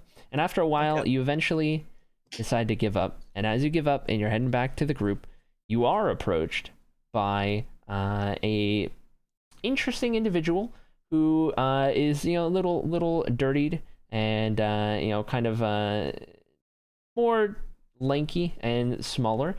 This individual is a human, much like yourself.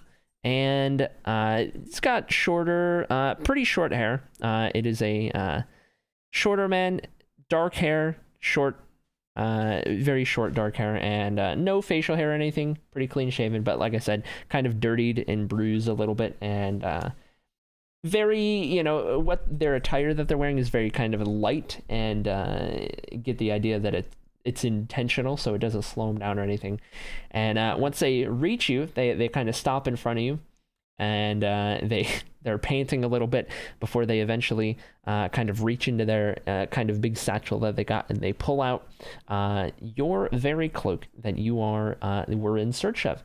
And he's just going to hand it to you without saying a word, and just kind of nod in your direction, and then very quickly scurry off, out of breath, just trying to make the next run. Good luck. All right, and he is gone as quickly as he showed up. Can I go and see about that dragon spotting club? I'm imagining that the dragon spotters might be more equipped for cold weather than I would be. So while you saw the building, you did also see that it is closed for the night, as the sunset has at this point kind of finished setting, and everyone in town has kind of closed up shop and all that good stuff. But does it appear to have the gear that I would be looking for, any warm weather gear? So from what you could see, there was very little that you could see kind of through the windows and whatnot. You didn't necessarily see any gear through the windows as much as you did see kind of a couple bookshelves, some desks with some various papers and stuff scattered about. More like you get the indication it's more of maybe like a research type of building, if anything. Okay, that makes sense. All right, it's probably not what I'm looking for then, but I'm going to take note of it, and I'm going to just try and find the rest of the group now that I have my cape, which I've kind of rolled up and patted for good luck as I put it into my bag. Yeah, that's what I'm gonna do. All right. So eventually, everyone in the group, you end up meeting back up with each other towards the center of the town of Derelicts, where the path branches off, and there's a three-way intersection. The path from which you came, the path that heads further to the northwest, and of course the path that heads directly north where you intend to travel. Okay. Good evening. I trust that you've had a successful trip, everyone. I held up a potato. Yes, we did. It looks good to me. And you, Kavian, is Kavian visible at this moment to me, or is Kavian? I don't know how to turn it off, so yeah. It would not have I'm been kind of disappointed. It's not a full hour yet, so still invisible. Okay, so I'm not going to turn it off. How about you, Tormund? Good. I'm kind of disappointed no one has, complimented on, what did the youngins say? The drip? It's very good. I do a twirl. You look absolutely dashing, Tormund. Absolutely dashing. Where have you lost Kavian to? Oh, he's right here. And I just kind of behind Harold here and say, right here. Kavian, for being as tall as you are surprisingly stealthy. Thank you. Well, we need to make Kavian more invisible. That's no lie. You certainly achieved that, though, didn't you? I'll have you know, Harley is growling at me because she wants the potatoes. She's like, you have something. Me want. Don't give them. Well, I don't think I need to tell you this, but this will be the last time that we're in town before,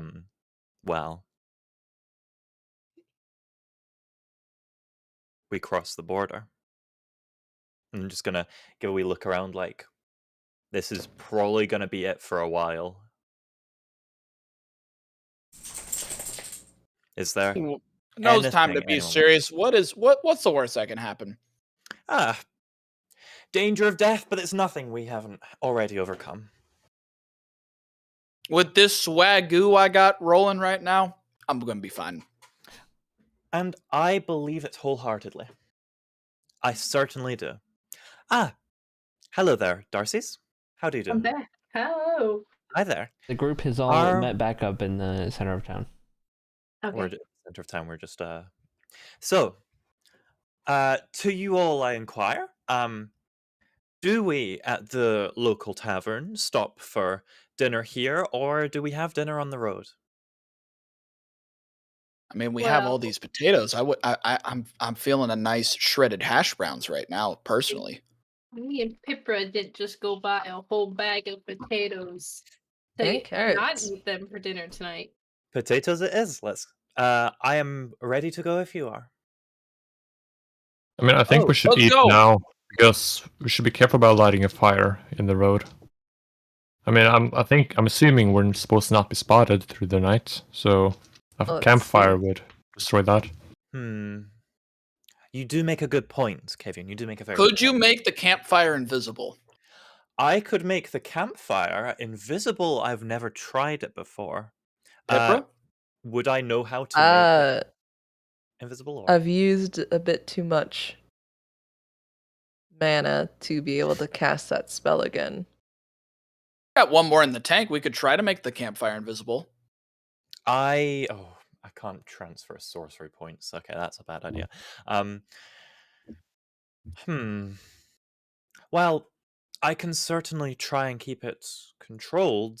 Invisible, I'm not sure. I've never tried it before, but Can you just heat something up without using fire? Just hold it in your hand till it boils or something?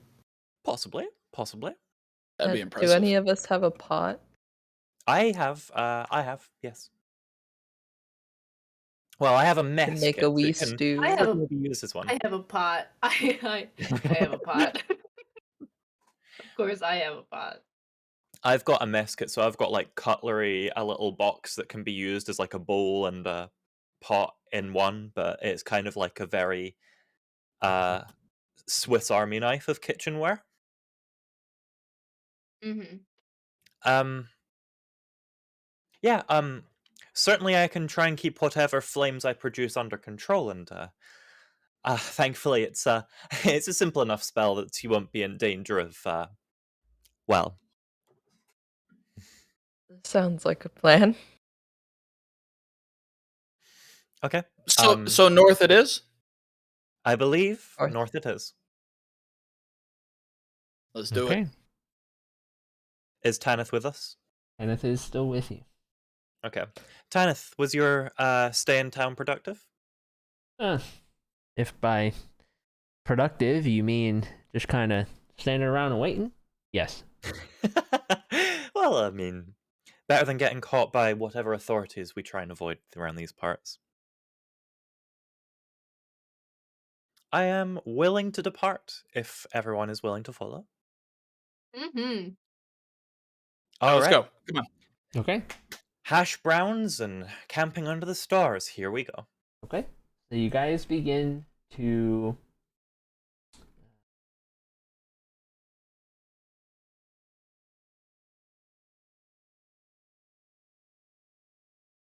Oh. you guys begin to travel the road north across the Elebenton Plains, and as the town of Derelicts behind you slowly becomes less and less visible, it disappears off into the distance, you begin to notice the further you go, there is a strange feeling in the air, and it gets stronger the further you go, and the closer you get to the line of conflict, the border that splits the province of Elebet in two. And well, let's see.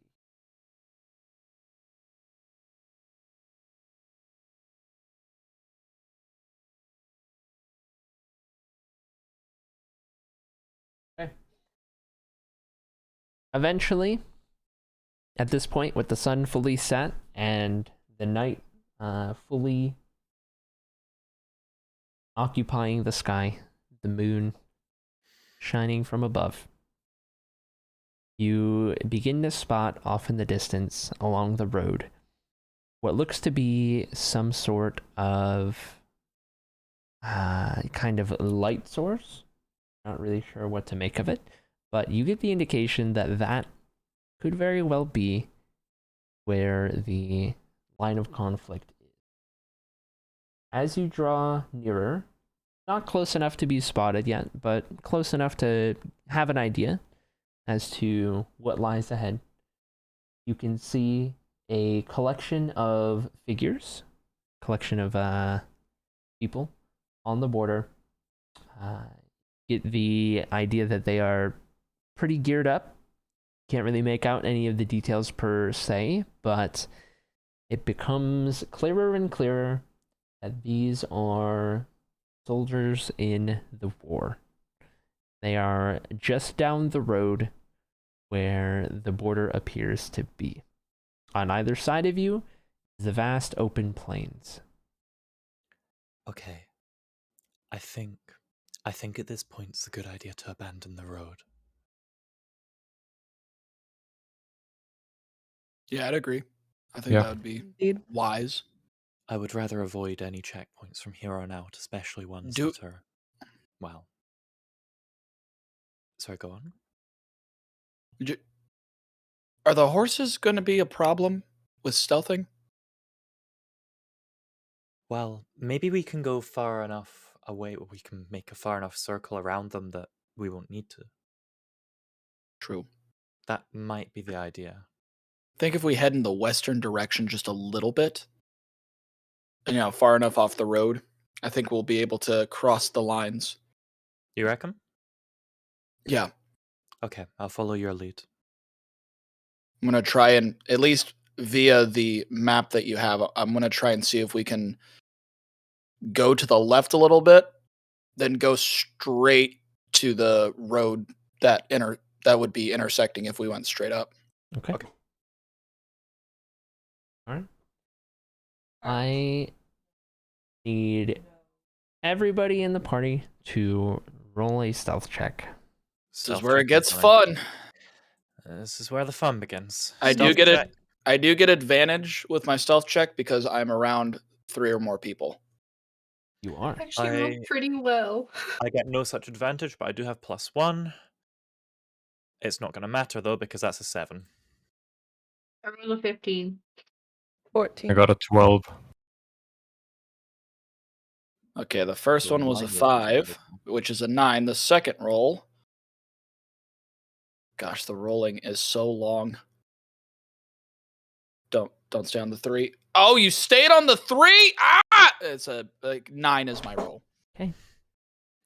Better than I mine. knew the horses would be a problem. Okay. Okay.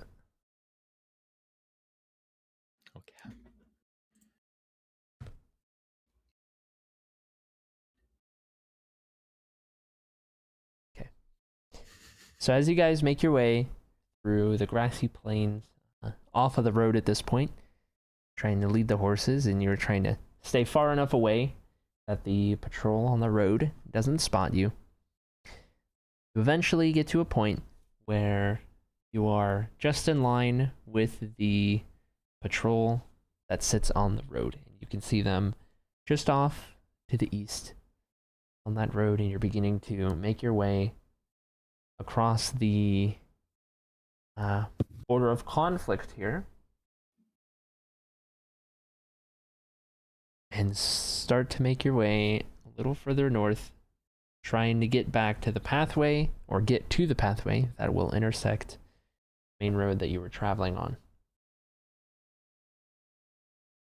And everything seems to be going good. Seems to be fine. It seemed to have spotted you as you cross the border officially, and you find yourselves in Empire-controlled territory. However, after a little bit of traveling through the grass, trying to make your way to the road, just aimlessly headed north, you eventually hear a shout from behind you. And you're not able to make out what the shout says, but at hearing that shout, shortly thereafter, you hear a couple of arrows whiz by. All right. I need you all to roll initiative. Roll initiative. Here comes initiative. That's terrible. That's going to be a 4 from me. I got a 12. Same. Everyone's getting 12s. 12. We all go at the same exact time. Team attack. 1, 2, 3 mugs. We'll use the power of friendship. 3 attacks in one. Torment, what do you get? I got a 19. Just kidding. Go Torment. So I need Kavian, Pipra, Darcy's all roll again.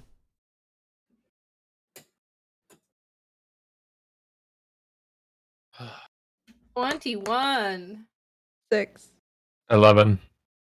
Wait, Uh, is that a... That's a nat 20 and a 1. Ooh. Ooh. Ooh. I And think that's my first nat 20. Very nice. There you go. All right.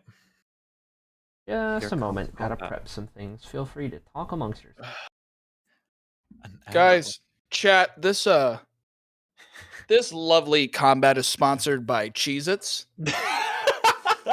Baked snack crackers. You know, the Celebrity Crunch Classic is coming to town. Are you prepared?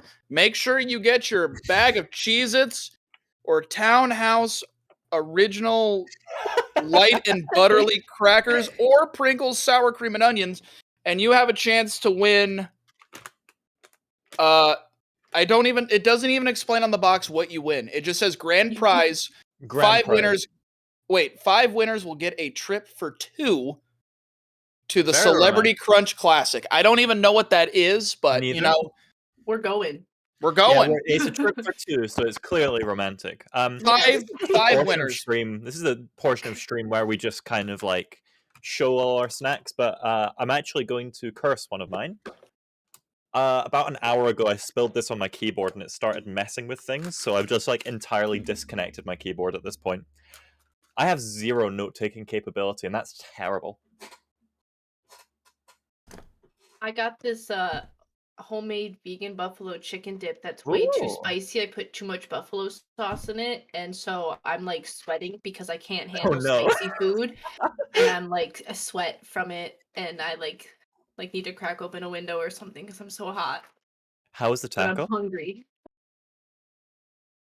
Oh, it was delicious. It was perfect. Go.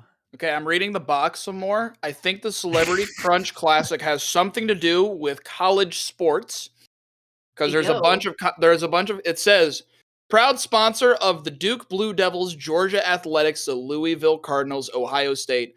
And I think it has to do with football because there's X's on it. I still don't know. They should have explained this. Why?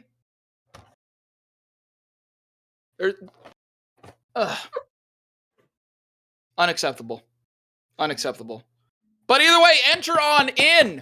Maybe episode 8 will be held at the Celebrity Crunch Classic. We'll find Very out. Trip. Field Field trip. trip. Yeah, let's go. Actually, the other day, we kind of have we kind of got revealed that there's a potential destination for field trips just to our west once we reach our destination here. I would like to make you all aware that recently canonized in books of Blutora is 5 orcs, ales, and porks. So we're just going to take a wee trip over there, and we're going to, what was it? I have entirely forgotten the name of the province. That's absolutely terrible. Ustrea. Home of 5 orcs, ales, and porks. We're gonna take a trip over there. They got potatoes over there. I certainly hope so. They ain't got potatoes. I don't Update. want it. Update, I entered in. We'll find out on the 7th of March if I'm going to be invited to the Celebrity Crunch Classic. I'll let you know. Here, Okay. get that QR code closer. On that Let me take a note- picture of that. Let On me that enter. note, you Let me guys, enter here. uh, Come on. Here, let me focus it. Sorry, Cody, this is obviously This important. is very important stuff. Okay. Oh, I made it. There It's we go. beautiful. all right. Let me. Oh, there it is. Oh, There you go. open Come on, this chat. part. Hey, we got it. There we go. Enter on Nice. in to the Enter Celebrity in. Crunch Classic. Don't even eat Cheez-Its. I gotta enter in though. okay. All right, sorry about that. So Sorry, you Dad. guys hear the shouts, you hear the arrows whiz by you, and as that happens, the horses in the group kind of scurry off a little bit, And Okay. you turn and you see a group of soldiers. There's a couple torches amongst them, so you can kind of make out what you see. Okay. They appear to be soldiers of the Acrylic Empire. You see what appears to be a total of more than your group by a little bit. They all don the colors of the Acrylic forces, the blacks, reds, and light grays. You notice that, for the most part, most of them seem more so kind of scouts, maybe patrolling the border, just keeping an eye on things, not really, necessarily full on front of the line soldiers. And then you notice that two of them that are amongst the group appear to be of much higher rank, much better, much more geared. And if anyone would like to roll a perception check to get a closer look, you may at this point. I will go for it. I will roll perception. Because I will mine are also. historically good. That's going to be a 6. Mine was a 5. I rolled a 10. Okay. So you guys are not able to make out any specifics, other than that two of this group are very well geared with some heavy looking armor and weaponry. Heavy looking armor. I would like to pull a potato out of the bag. Well, you can pull a potato out of the bag. At this point, we are going to put it in the hands of Torment. How far away are they from us? They are, at this point, roughly 30 feet away, within movement. Okay. I'm gonna turn around and be like, "We have no corals! Dragons! Just to the south! We're trying to get to safety!" And while I yell that, I'm gonna cast Charm Person on the one of the higher up rankings as I scream that out. Okay. Now, are they enemies to us? Yes, they are fully engaged in attack. Okay. Well, then that is a wisdom saving throw. Or, yeah. It's a wisdom check with advantage then. Actually, wait. If I cast it at level 2, do you get a harder chance of... One sec. Oh, actually, I'm going to cast it at level 2, and I'm going to cast it... I get to cast it on more than one person at a higher level. I'm going to cast it... You said there were 2 higher-ups, right? 2 higher-ups. I'm going to cast it on both higher-ups, and that will be my final spell slot for 2nd level. So, guys, sorry, no invisible fire. And the wisdom saving throw is what? It's a 14. It's not high. Okay.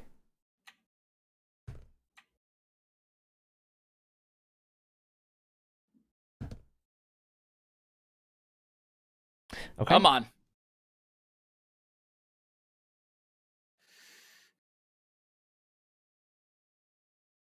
It is going to work on one of them. Okay. Okay. And at the sound of dragons and being charmed, one of the heavier looking dudes is going to kind of lower his weapons and turn and run south. Okay. The others just kind of look around confused before returning their focus onto the group. No one's going to follow their leader? What kind of army is this? I'm so angry. I'll take it, though. Okay. Is there any movement you're going to do? I'm going to for my bonus action cast Bardic Inspiration Who would be good? Because are we fighting? Are we fighting them, or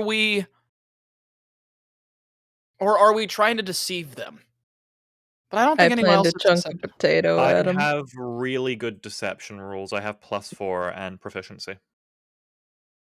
I could try and deceive them, but I also have a really powerful spell I'd like to use.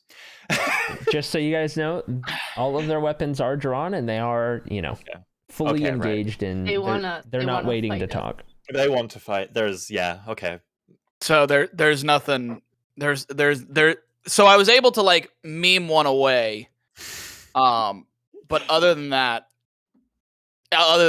okay. So I'm gonna look at Hera and just be like, I can't think of a compliment, but you got nice eyes. Go on in there, champ. Thanks. They're different colors, and I'm kind of going, yeah, nice. All right, that's the end of my turn. Okay. And Darcy's, it is now your turn.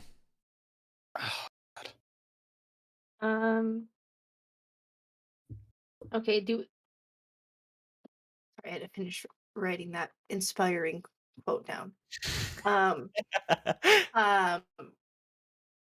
So the people that are left, there's one of the higher up guys. There and then are there's 6 of the more normal appearing people and 1 heavier looking person. Okay, I'd like to. Wait. Out of character, do you write down what he says every time he uses bardic inspiration and make them inspirational quotes? Yes. Yeah, I love. I them. saw love the them so inspirational quotes. I thought it was just weird things he said, but it's what he used for bardic inspiration. Yeah, it's inspiring, That's fantastic. I'm gonna put them on my phone's wallpaper. I'm gonna make like a rotation and just put them in the phone. I'm gonna do that. Maybe I want to wake up feeling inspired. Yeah, I try to keep him like kind of on his like color scheme, so it's like a lightish red and then like a darker red, So because that's like funny. Tormund's colors. Yeah. Anyways, okay. I'd like to. You said they're like 30 feet away. Mm-hmm. Okay, I'd like to focus my energy at the one bigger guy. Ooh. Okay. And I have a cantrip called Jolting Streak. You do indeed. And I'd like to use it. Okay. So I just click the little +5. Roll to hit, yes. Yes, you'll click the +5. 16 +5, 21. That is gonna hit. And the target takes 1d8 lightning damage. All right. Are you? Should just be able to click that, and then it'll roll the d8. The 1d8 should be clickable, I think. Yeah. 5. 5. Okay.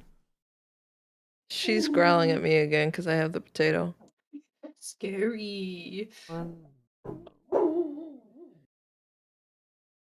Sorry. No. Okay. Cody. Yeah. Look at her.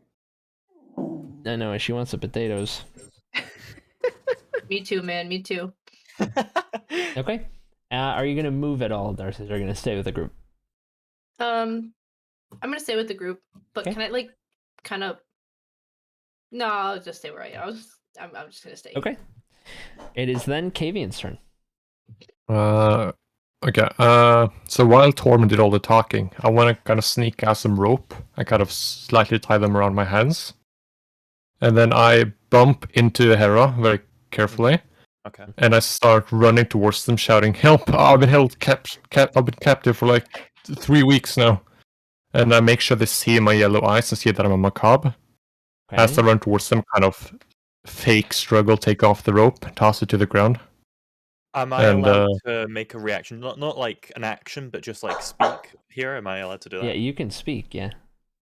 Get back here, prisoner! And I'm gonna try and like make it look convincing. Okay. Kavian, you can roll performance with advantage. Okay. Oh boy. Oh, it's so bad. You can do it. Go, With advantage, Kavian. come on. Oh, with advantage, come on. Oh 7? no! Oh no! It was a 3 and a 7. Yeah. Womp. So What are these rolls, guys? Come There- on. Can I do deception? there was an attempt. And no. at first, it looks like they might buy it because they kind of lower their weapons a little bit when they notice Kavian and him being a macabre and everything in the prisoner kind of thing.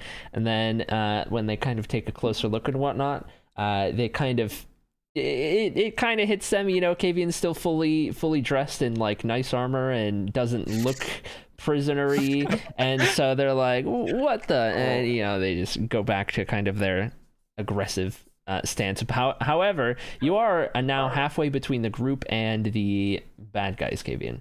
You're about 15 feet between both. All right. Well, it clearly seems they're not buying it. I'm just gonna pull up my bow and just shoot them. Okay. Are you aiming for anyone specifically? No, not really. I'll Okay. just take You just someone in gotta the fire center. one. All right. Roll an attack. It's wow. That's an 11 to hit. That is not gonna hit anybody.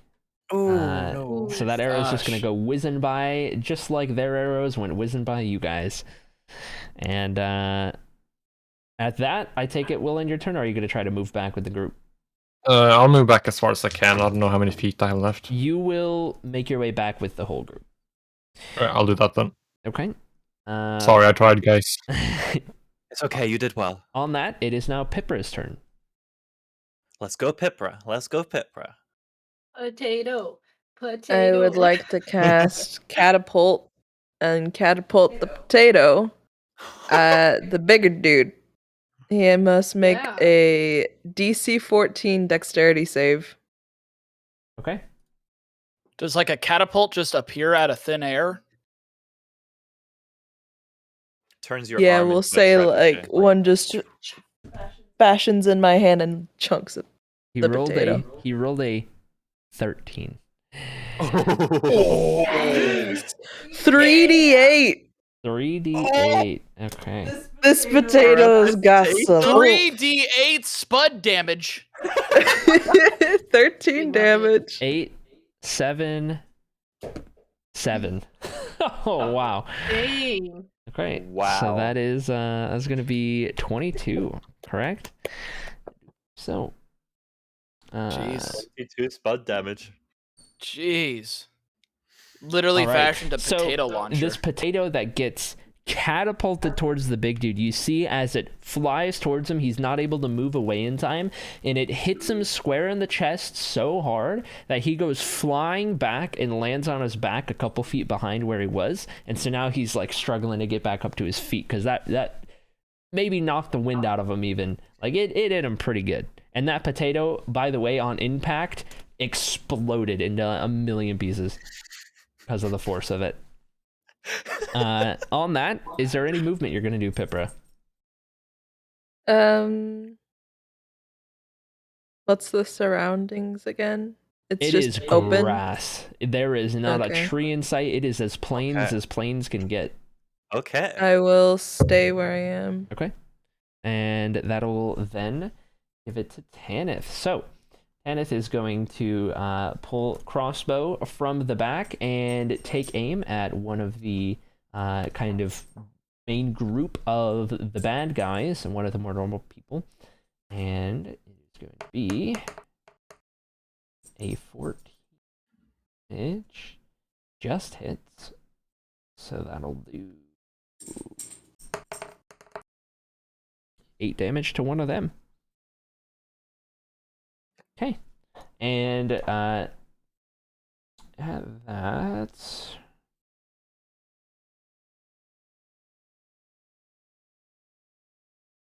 This song reminds me of a song that I played when I was in high school band. Same. I'm like having flashbacks. I'm like, have I played this before?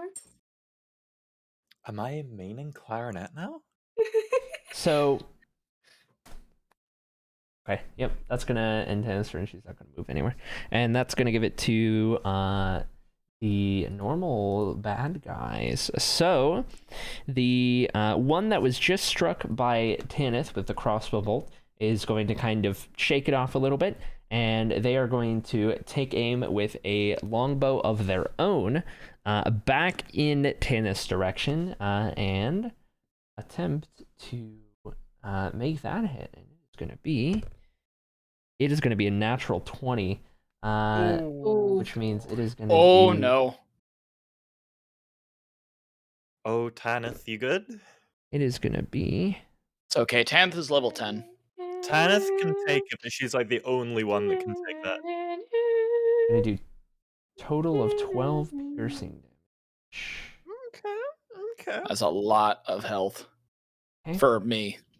And that is gonna be that one. So then on to the next one. One of them is going to rush up to the group using their movement, and they are going to go directly for Darcy's, who is kind of off on one of the sides of the group. They're going to charge Darcy's with a short sword of their own. Is going to It's a be... hate crime. It's because I'm a woman. It is... Wait, what? You're a woman in STEM. Sorcery, transmutation. Does a 13 enchantment, and hit, nature. Darcy? Stop. Does not hit. Stop Does it. not hit. All right. Does not So hit. they're going to swing with the short sword, Almost. and it is going to, they're going to whiff on that. It's going to miss, and they're going to, kind of bring it back up and just kind of be ready. And so now you guys have one next to the group. Another one of them is going to pull out another longbow. This one, they're going to take aim. They're going to notice their friend missing. They're going to try to assist him. So they're going to aim this one at Darcy's as well. And this one is Hate crime. going to be a 15. Ooh, that hits. Okay, and that is going to do... It is going to do 7 points of piercing damage. Okay. So that they take the bot, they fired over there to help their friend, and it does strike Darcy's for 7 points of piercing damage. Another one of them is going to kind of try to rush up to the other side of the group, and they're going to take aim at Tormund, who is on that side of the group, with a short sword of their own. And it is going to be... It is going to be a... only an 11, which I don't imagine hits. Ooh. That wouldn't have even hit with my old armor, so go. get wrecked, All right, nerd. so they're going to whiff on that short sword strike. And now there's one on either side of the group. There's two with the group there. We're going to have a third one pull out their longbow and kind of fire from afar. This one is just going to be aimed in the kind of center of the group, but it's going to end up being aimed directly at Hera. Okay. It is going to be a dirty 20 to hit. It's going to hit then. And it's going to do... It is going to do 8 points of piercing damage. Oh, that's nasty. Okay. 8. Okay, so we have bow, Oh, my keyboard's dead. I'm going to have to just track my damage manually. melee. Womp left, I know, okay. It's Right. going to be interesting. bow, Oh, and I can do my damage from my phone. 2 seconds. while you're doing your damage, the last of the more normal appearing people is going to pull out their own short sword. They're going to rush straight up to the center and try to make an attack on Kavian.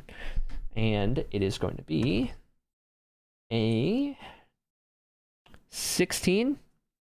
That misses. It misses. Okay. Hey. All right. So they're going to swipe with the sword. Not going to have it. Going to just whiff on that one. And that is going to be the normal guys. So now the big bad is getting back up to his feet.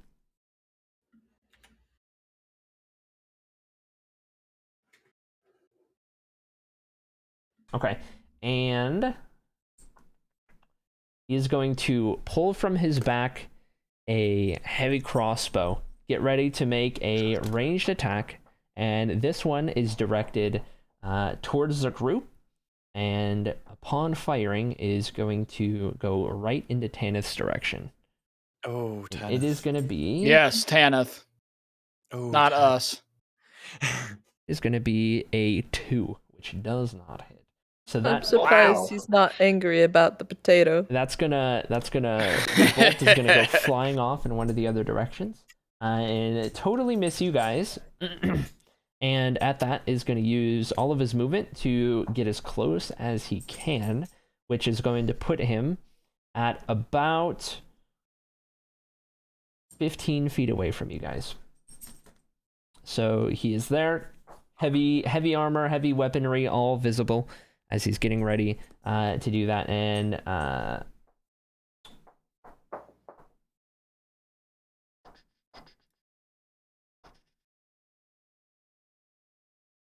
yep, that'll end his turn. So that's going to give it to Hera now.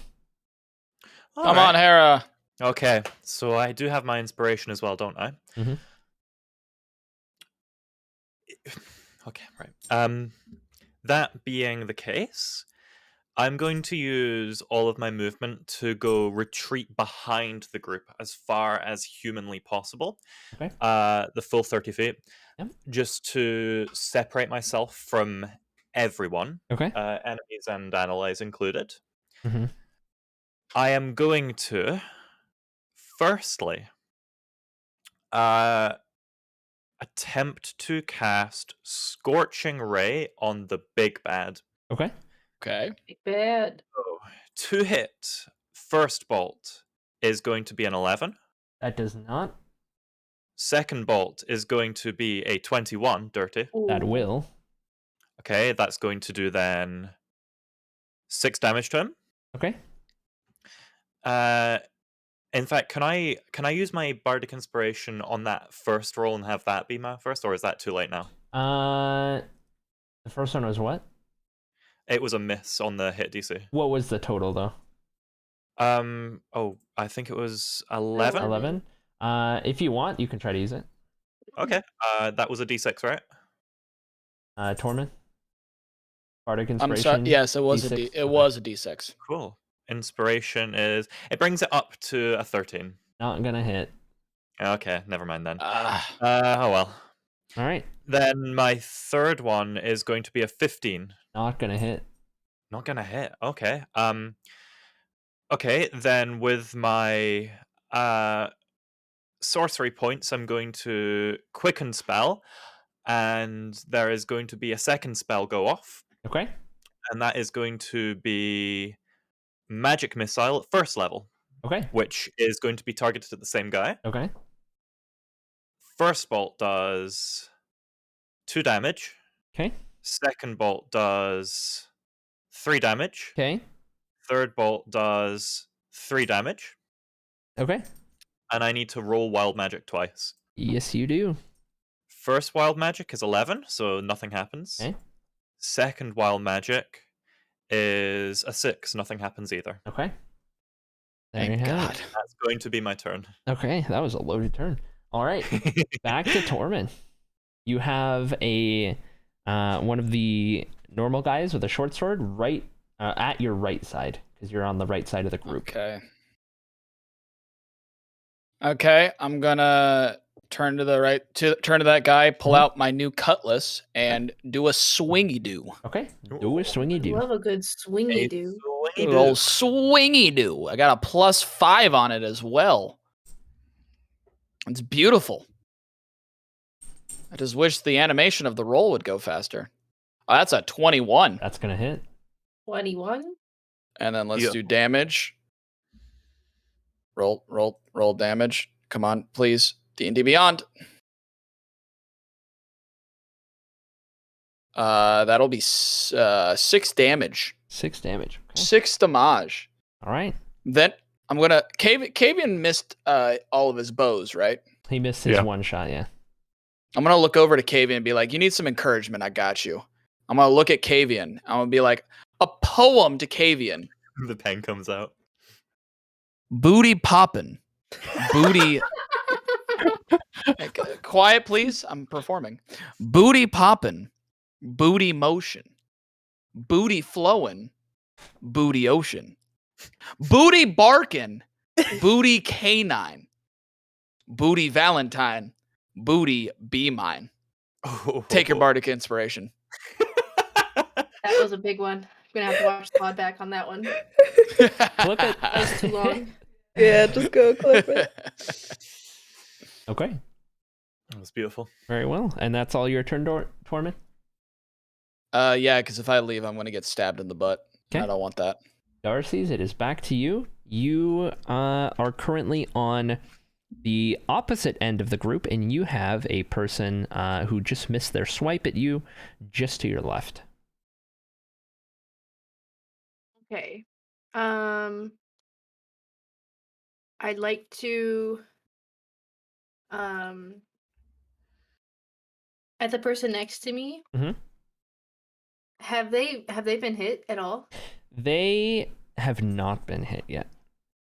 Okay, then I'm going to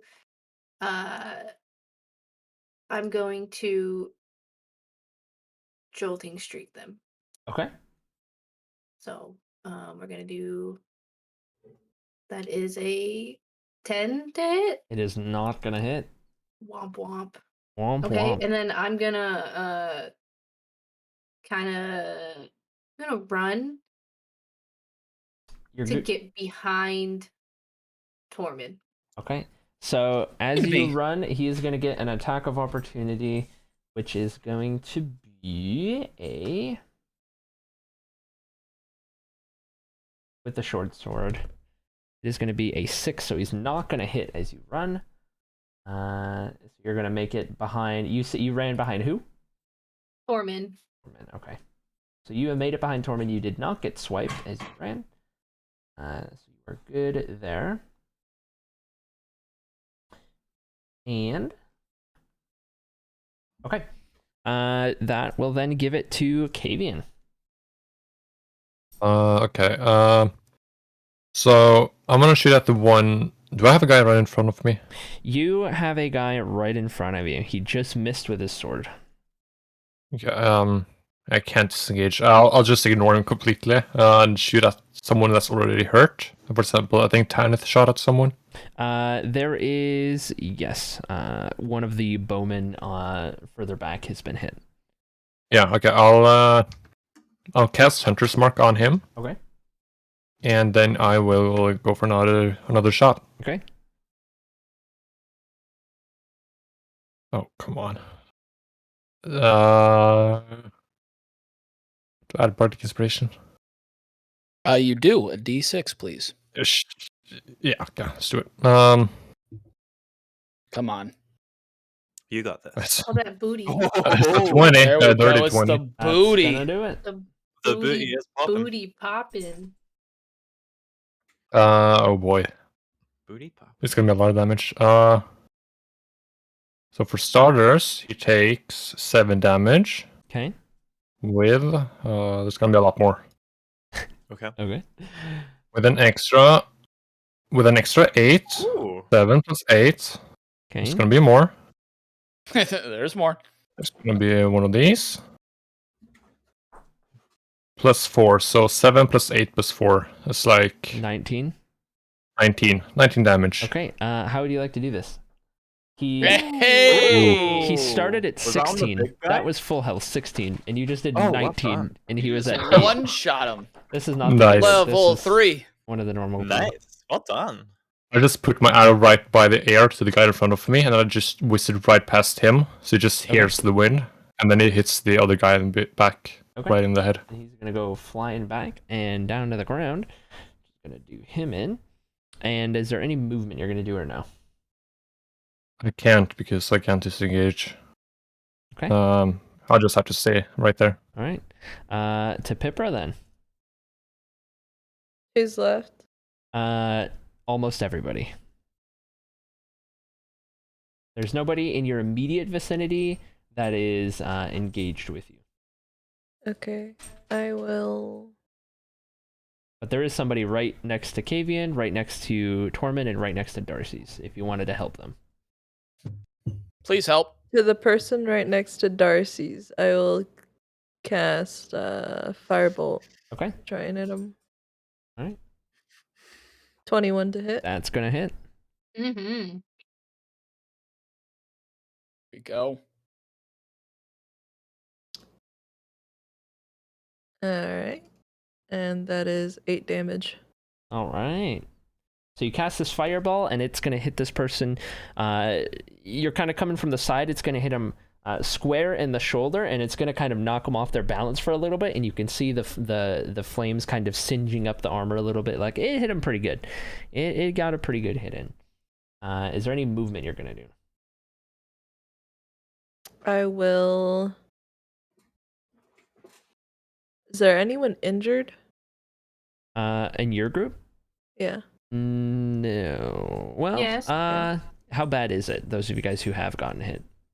I only lost 7 points last time I got hit. I'm down to just over half health. I will head towards Hera. Okay, you'll have to like use all your movement to get there because I sprinted out the way. Yeah. Hera is a full movement away. Yeah. Okay. I'll get over there. So you guys are 30 feet behind the group now, opposite direction of the bad guys. And that'll give it to Tanith, who is going to use the crossbow again, fire at the person next to Darcy's that Pipper just hit. It is going to be a 10, which doesn't hit. Just to clarify, the person next to me is the same person next to Tormund, right? No. Because I'm like Different I'm people. behind him. Oh, they're different people. Well, Oh. yeah, you would have ran behind them, so the guy you left the guy there, but Pippa attacked that guy anyway. So you're now next to Tormund. That guy is the one that the guy that you left, the one Pippa hit, and also the one that Tanith tried to hit but just missed. Gotcha. And then Tanith is not gonna move away from the group, just gonna kind of stay there, having missed that shot, which puts it back to the normal bad guys. And it's going to start with the one who is the one who just got hit by Pipra is going to, as Pipra's kind of going back to get next to Hera, this one is going to pull out their longbow, and they are going to try to make a strike at Pipra. Send an arrow whizzing over that way. It is going to be a 12. Does that hit? Yes. Okay. It is going to do... It's going to do 9 points of piercing damage as you're making your way towards Hera. Ooh, okay. And then it'll go to one of the bowmen that are a little further back. They are going to draw again, and after seeing Kavian kill one of their buddies, they're going to take aim at Kavian and try to strike with their bow, and it is going to be a... it is only going to be a 16? That misses. All right, so that is going to whiff by and miss Kavian, and they're not going to move any further from there. The one next to Tormund is going to try to take another swipe with the sword, the short sword, and it is going to be... Do your best.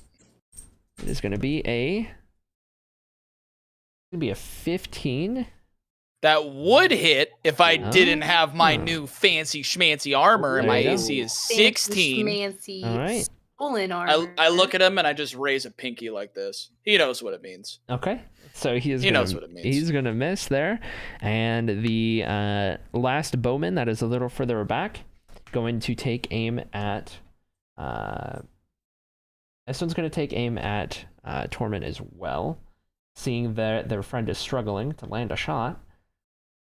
And it is going to be a... It is going to be Oh, please be under. Oh, it's not under. It's going to be a 23. Ooh. Not a natural okay. 20, but so Ow. not critical.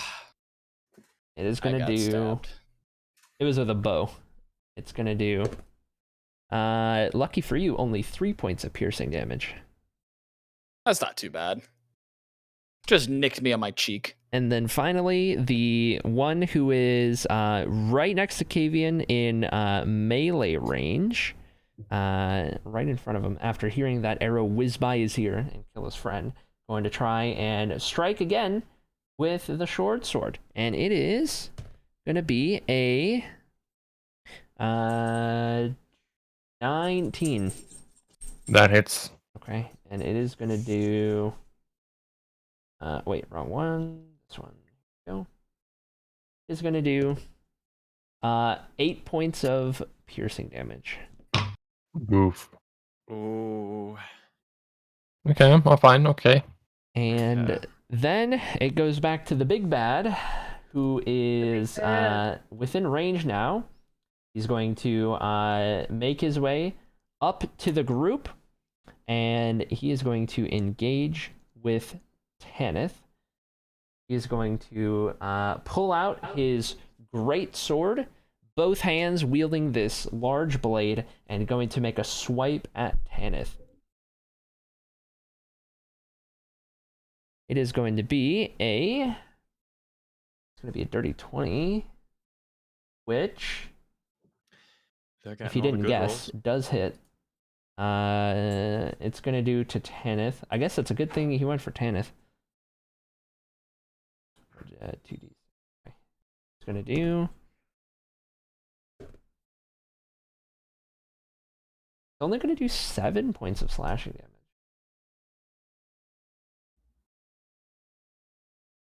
Okay, and Tanith is going to get swiped kind of across the upper torso. It's not going to hit all that hard, but definitely got hit by it. He felt that one. That is going to not end his turn, however. He is going to then come back with his greatsword, and he is going to go to swing it in the direction of Kavian using multi-attack. And it is going to be a... it is only going to be a 10, which does not hit. So he's going to miss on that second one. And that'll end his turn. So then, back to Hera. Okay. Is Pipra up beside Yeah, you me two at are the together moment? now. Okay, together. You did see Pipra get shot by that arrow, though. Pipra, are you hurt? Yes. Okay. I cough out Yes. some blood. Okay. Yes. That being the case, this is going to Yes. be this is going to be restore health. I came over here to I know. hear that just Everyone get down. And I'm going to restore her health by 5 points. Okay. And I'm also going to roll wild magic. Oh, that was close to a 20. That's a 19. All right.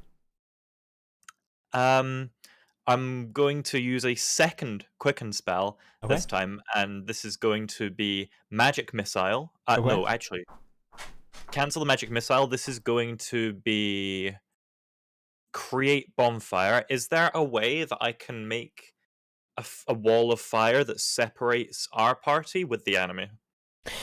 A lot of the enemy is currently engaged with your party, so no. Not Okay, without then. catching everybody on fire, party included. Okay, that being the case, yeah, back to magic missile. Okay. In fact, I'm going to withdraw about 20 feet from Pipra, and I'm going to go to the side this time. Mhm. And this is going to be magic missile at first level. Okay. At the big bad, this is going to be 2 points. 2 points again. And 3 points of damage. Okay. And the chaos magic roll is going to be a 12, so no adverse effects. Okay. All right. At that note, it is back to Tormund. Before we get back to Tormund, the missiles that went and hit the big bad, you're going to notice that as each missile comes in and hits him a little harder, he's really starting to kind of stumble, and it's taken a lot for him to kind of keep his weapon up and to keep his stance going. He's really starting to feel the effects, especially ever since getting hit by that potato that did 22 points of damage. So, That potato did more damage than I've dealt the entire round. back to Tormund. Another stab in the butt from the first guy who just keeps missing. Okay. Let's do a daddy right in there. Boom.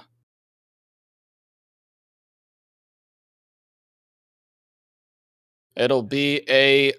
Ooh, that is a 21. 14 plus 5. Definitely hits. And we roll... Gosh, it's so slow.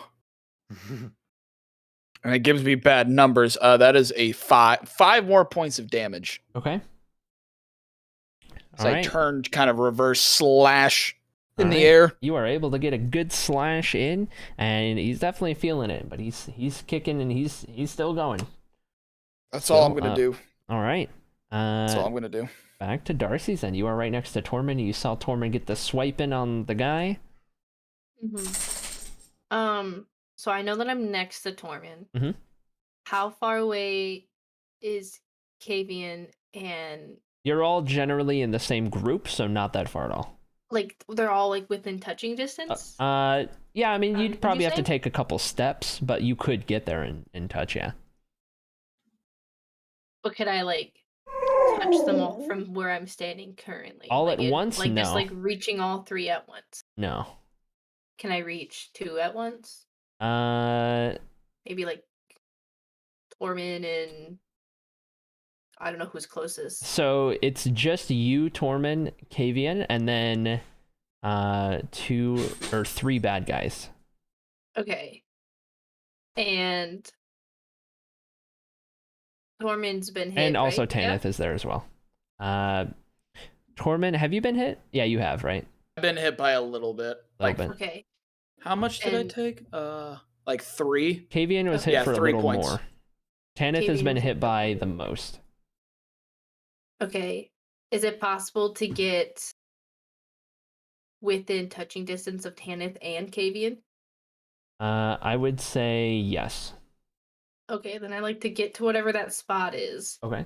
and reach out to touch them both Okay. and use cure wounds Okay. at we'll just do It level will 1. take 2 slots because you're doing 2 at once, but you can use it as 1 action. Okay. So we're gonna do it. We got a 5. Okay. And another 5, 2 5s. Okay. All right. Sweet. Both for 5. There we go. All right. And that is going to be your whole turn? Yep. Okay. The other person, did you run to me and bring another enemy on me and then run away? The enemy did not I would never. follow Darcy's yet. Okay. Darcy's So I'm didn't being get hit attacked by you. 2 people. I thought one of them was the one that Darcy's brought. Okay. On that note, it is to Kavian. Okay, has someone hurt the guy right in front of me? Right in front of you. Nobody has touched him. I'm just gonna aim for someone who has been hurt once already. Okay. That would be either side. So the one right next to Tormund, or the one that is kind of to your left now, where Darcy's used to be. I'll go for the one next to Tormund. Okay. And I'll move my Hunter's Mark to him, as the last guy died. Okay. And then I roll for another longbow attack. 22 to hit. That is gonna hit. And then there's all this damage again. That's 5. Plus 5 plus 4. That's 10 damage. How would you like to do this? Oh! Let's Orman go. just sees an arrow hit him right through the skull, just Okay. barely sticking out on the other side. Okay. Kagan, Hey, that let's was my kill her. kill! Let's go. That was my kill! Well, maybe Dang you it. should have killed him. I tried! Not enough. And now it just shouts, "Someone get this guy off me, please!" Right. And it is gonna go to Pipra. As Hera has left your side, you are about 30 feet removed from the group, and Hera is about another 20 feet off to the side. You are on your lonesome.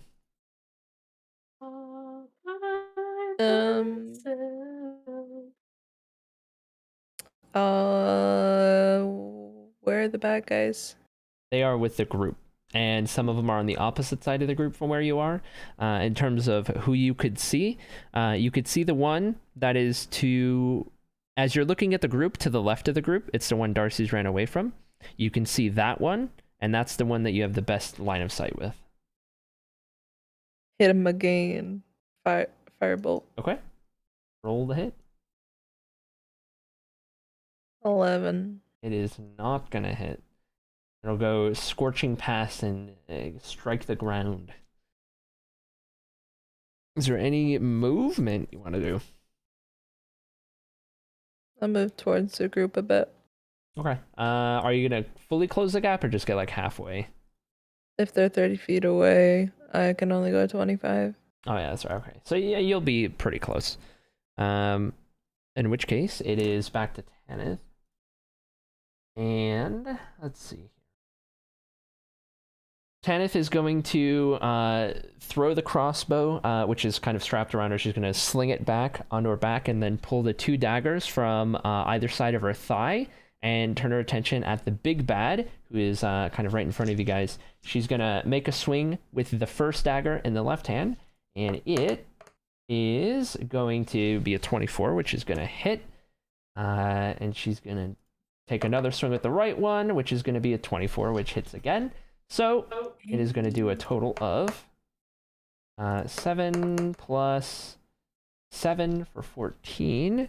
So how would I like to do this? Tanith is going to have the daggers in either hand. After slinging the crossbow around, she's going to take the left one out and then kind of go with an upward jab kind of in between 2 of the plate armor pieces.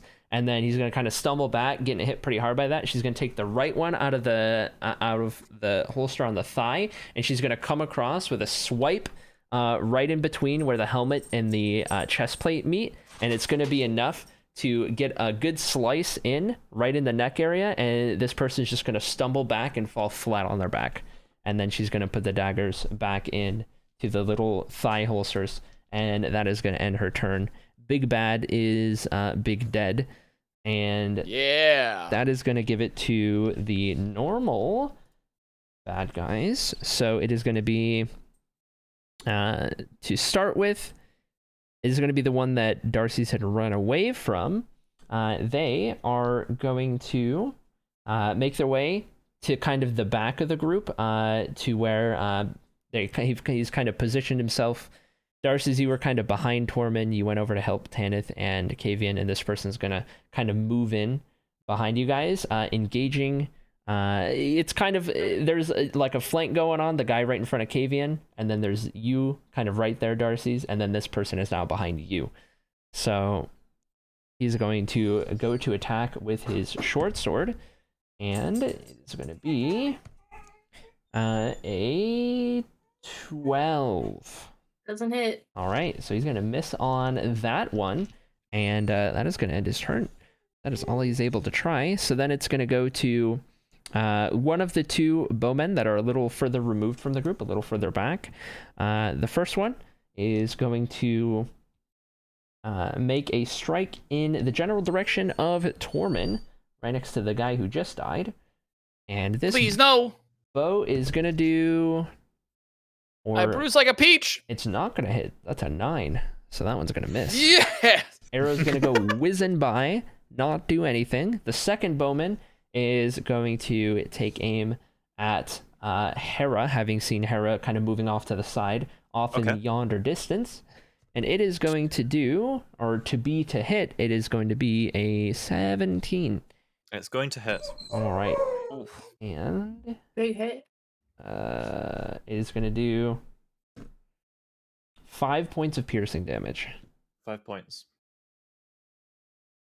And then finally, the one right next to Kavian, that's been standing basically face to face with Kavian this whole time, is going to take the short sword and go to try again, make an attack at Kavian.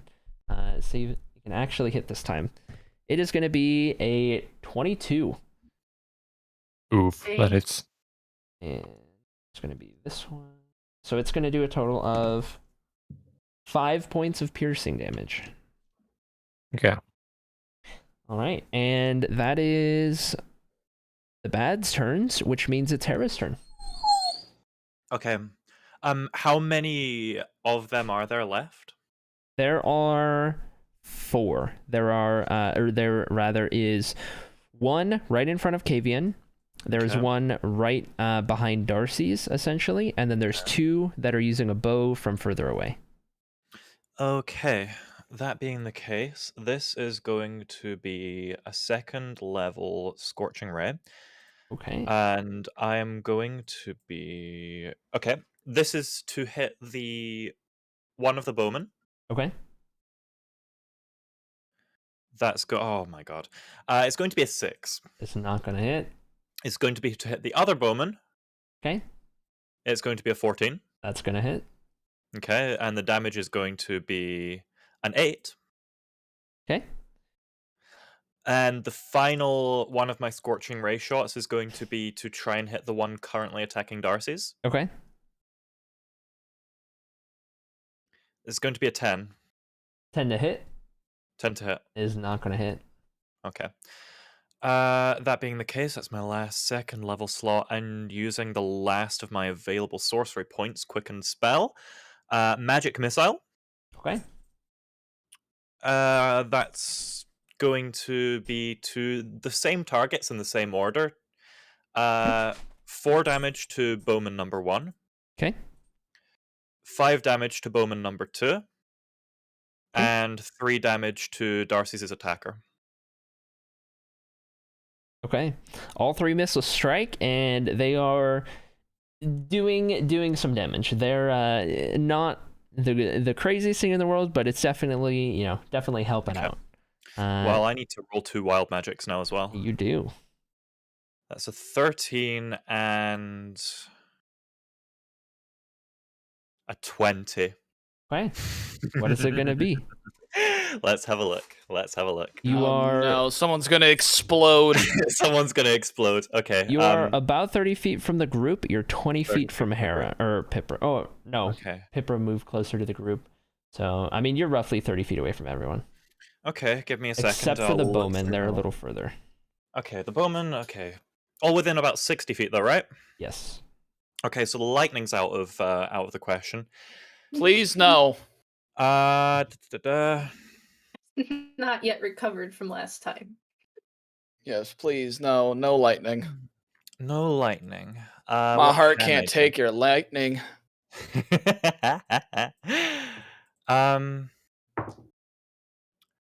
I would like to, since I'm pretty much out of range of anyone that's going to be useful and actually only hit the bad guys. Mhm. What I'm going to do is use option number 17, and I am going to cast another magic missile. Mhm. That is going to be, and let me do this. At the It targets random creatures within range. random creatures within range. I don't get to. You don't Select get to them, though. choose. It's gonna Ooh. cast magic missile at a cantrip level, so you don't have to use a slot for it or anything. And it is Okay, gonna. All you do is roll the damage of the 3 missiles. And Okay, I'm not going to. okay, you're not gonna do it. Yeah, I'm not Okay. gonna do that. I Because was- random is a bit. I was getting ready to roll some. Who's Yeah. getting hit? Yeah. Okay, if it's No. random, then I can't do that. Okay, is there any of the bad guys within 30 feet? I would say within exactly 30 feet. The one that is was attacking Darcy's, that went behind All right. Darcy's and tried to attack there. Okay, Darcy's, you're getting saved. 12d10 lightning damage upcoming. Here we go. Okay. Oh my gosh. Oh God, no! The lightning. It's the lightning. I am going to Palpatine the guy attacking Darcy's for, drum roll please, 70 damage Oh my exactly. Good 70 freaking damage. All right. lord. How would you like to do this? I would. Oh like really? That to- killed him? I would not have guessed. So to do this, I would like to just after my second last spell slot's gone off, the magic missile goes off, Mhm. and the power fills my fingers. Yeah, again, it's just going to go straight up into the air in an arc over everyone, Mhm. and just like a guided bolt from Zeus himself Okay. evaporates him. All on right. impact. He is turned to ash, Hera is the Senate. and You said this guy was behind me, right? Because he didn't hit me. Did I know he was there? Like, did this Yeah, whole thing no, just happen and he's you behind knew me and he- I'm just like, you knew he tried to attack. okay. I So sure you do knew hope he tried- other guards didn't notice the all of a sudden lightning bolts strike down. Oh from yeah, that. is that gonna be? Am I gonna have to do another intimidation after that? I did it after the first one. I guess we'll find out. I meant more. I hope that more guards don't come out of suspicion to Yeah. Zeus deciding to fart on the battlefield. It I think is. everyone also here. It is now Tormund's turn. Okay. Am I There we go. blinded from the lightning bolt that was like 20 feet away It from me? definitely illuminated everything within the vicinity for a moment. Just like when lightning strikes really close, you saw everything in a flash of white, and now it's back to kind of fighting in the dark. How many people are left? 2. Or 3. 3. There's 2 bowmen further back, and then there's one that is right in front of Kavian. The one that can't hit Kavian to save his life. I'm not even attacking him back. I'm just dancing. That's the best part. I'm going to look at one of the bowmen, Okay. and I'm gonna say, "Oh, I thought of you today. It reminded me to take out the trash," and I'm gonna cast Vicious Mockery. Okay. Yeah, 1d4 psychic damage, Okay. and we'll get Oh wait, sorry, no. Okay, first you have to do a Wisdom saving throw. All right. And what do they have to roll for it? 14 or higher. It was a 19. Dang it. Okay. Well then, never mind. Nothing happens. I think. imagine you say that, they just kind of scoff. They're just like, "Okay, buddy." Okay, buddy. Think you're cool. All right. Is there any movement you're gonna do? Can I start? Can I go up and flank the person that Kavian is in combat with? Yeah. That could give him advantage then, since because of flanking rules. Yes. Word. Okay. That's what I'll do. All right. Darcy's, it is your Be turn. right back. Okay. I'm by Kavian. You are behind Kavian, and Behind Kavian. Tanith has stepped a couple feet away after killing that big bad, or to kill the big bad. Okay. Then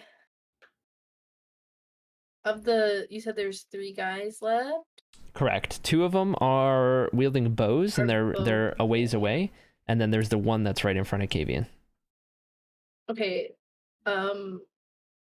The one in front of Kavian has been hit by people other than Kavian. He's not Yeah? been hit once. He's not been hit once? Nobody's gone for him. Nobody's trying to save Kavian. I'm gonna go after him. So Okay. I like to put myself so that I'm not behind Kavian, Okay.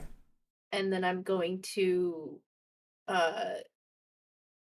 jolting streak him. Okay. You can roll the attack with advantage because Tormund is flanking from behind. What's the advantage? So you just, when you roll the attack, you get to roll that attack twice and take the higher number. Okay, the first one was a 19. Okay. The second one was a 16. So 19 Okay. to hit. That's gonna hit. Okay, and it's gonna do 7 lightning damage. Okay. All right. And then yeah, that's it. That's Okay. all I'm gonna do. They are definitely going to feel that lightning energy pierce right into the chest and kind of stumble them back a little bit. And that, it is going to go to Kavian. After seeing this person right in front of you get jolted with lightning, Tormund's on the other side, flanking. Okay. Got this, Kavian.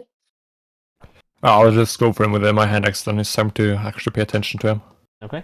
I move my whatever it's called, Hunter's Mark, to him, Mhm.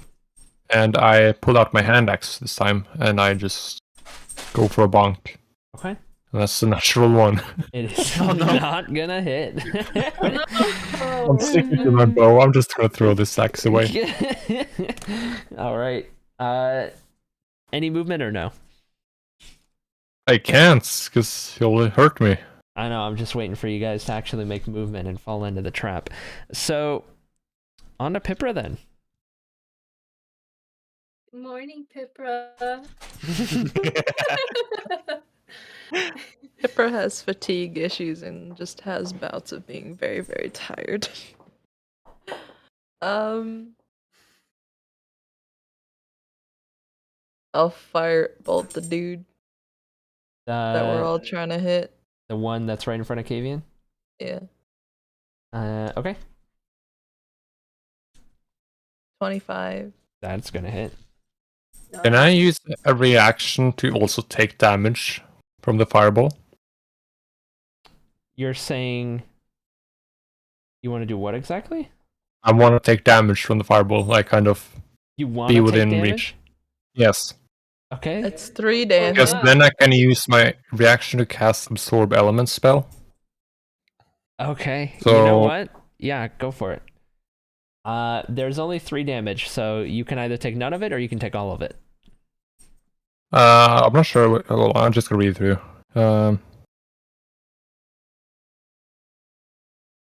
Yeah, I take no damage. I absorb all the damage, Okay. so I can use it to take damage against him later on. Okay.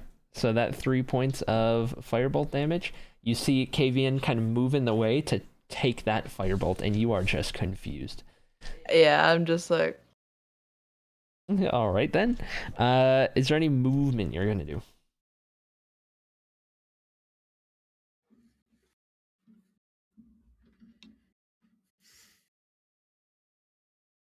Pipra. no. Okay. Then it goes to Tanith again, who is, let's see. Tanith is going to pull her rapier out and go to attack the one that everyone is kind of crowding around at this point and try to end their bout. It is going to be a natural 20 to hit. 29 total, which is going to do 15 times 2 is 30. Yep, that is that's gonna do it. That's gonna do it. So How do you want to do this? that one in front of Kavian, all of a sudden, as you guys are kind of flanking and trying to figure out how to kind of attack and kill off this person, all of a sudden you just hear this kind of shink, and you see as Tanith has kind of reached over, rapier in the left hand, has jabbed it up kind of under their right side, underneath where the armor starts, and you can see the other end of it kind of come out the other shoulder, and they kind of whip it back out, and the person just kind of collapses to the ground as they are definitely done for. Which is then going to move it on to the bad guy's turn again. Now it's just the 2 bowmen that are a little further removed. First one is going to focus their attention specifically onto Darcy's, who's made yourself known now by stepping out from behind Tormund. And being protected by Thor. it is going to be a 16. That does hit. Okay, it is gonna do. It is gonna do 5 points of piercing damage. Okay. And the second one, the second of the bowmen is going to, from where they stand, where they initially engage you guys at about 30 feet away. Second one is going to put his bow up, turn, and book it in the other direction. Totally left the other guy. Totally left the other guy. And it does not make an attack. Uh-huh. And that is the both of them. So now it's Hera's turn. Cool. So you have one bowman that is 30 feet in the front of the group, which is about 60 feet from you, Hera. And then Okay, the other 60 one, the other one that just booked it is about 90 feet away because he uses full 90 movement to feet. just run away. Okay. It's going to be him I'm going for with this. This is my very last spell slot, so nobody go down. Okay. Magic Missile on him. Okay. The guy that's the furthest that's booking it. Okay. This is just going to be 1, 2, 3. This is going to be like 3 damage, followed by 4 damage, followed by 2 damage. Just directly on him. I don't have any sorcery points to enhance that. Okay. You see all 3 of these missiles as he's booking it. All 3 of these missiles fly towards him, and they kind of hit in the back, the shoulder, and then kind of another one maybe in the lower back, and he's kind of feeling it, getting hit. He kind of stumbles a little bit and tries to like regain his footing, kind of hands on the ground a little bit to prop himself back up, but he's still going. Still going as he runs off. Wild magic for that. In my current position away from everyone, it's going to be a 13, and with my movement I am going to book it towards him, giving chase, and go and rejoin the rest of the group at this point, so I'm in the fray with them. You are in the fray with the group, and that is going to give it to Tormund. Okay, So, what did I miss while I was right now, gone? There's only 2 left. There's one bowman 30 feet away from you that is still engaged, and the other one has took off and started running, and he is a 60 feet away, totally disengaged, just getting out of there. That is all that's left. Okay. Let me check something. No, I can't do that. I'm just gonna start. I'll use my 30 feet to get to the other bowman and take a stab. Okay. That's all I can do. Go for it. We will go for it. Come on, give me a good roll. No, it was almost an 18. That's a 10. Not gonna hit. All right, that's all I do. Okay. That's dang it. Darcy's, it is your turn. Dang it. Okay, so at the guy that Tormund just went after, you know, we gotta do it to him. We're gonna joltic streak him. Okay. Tormund's not in the way of a streak, is he? Like in some lightning coming out of you can move yourself to where you can see the guy and not hit Tormund. Okay, I'll do that. And just then don't roll a natural one. If you wouldn't have said anything and didn't move yourself, it would have hit Tormund, but it's a good thing you said something. Yeah, I got you, Tormund. There you go. We do Little scared. 10 to hit. 10 to hit, not gonna hit. Yeah. There's a lot of lightning flying around from our mages at the moment. Is. Lightning queens. Okay. Are you gonna? Is that just gonna be your turn then? You'll hit it? I guess I'll move closer towards Tormund. Okay. Back up. How close are you trying to get? All the way up to him, or? Yeah. Why not? Okay. You will manage to get all the way up to him. You'll be right beside him. That is gonna give it to Kavian. What's up, buddy? Okay, I want to run as close to the guy running away as possible. So that's 35 feet. Yep. Towards him. You will be 25 feet away. And I'll just use my longbow. Okay. I'm just not gonna use the absorb elements. And then 15. Does that hit? That does hit. All right. Then that's 5 damage plus 3 plus.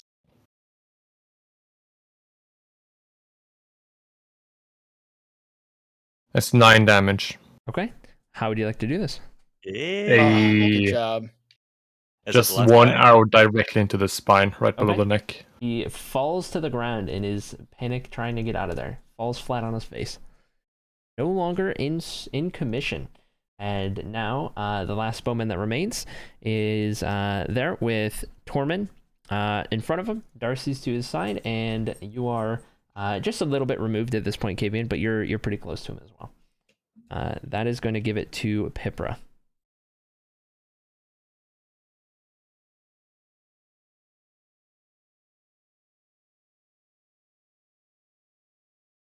I will take another potato and catapult it. Oh my god. Okay.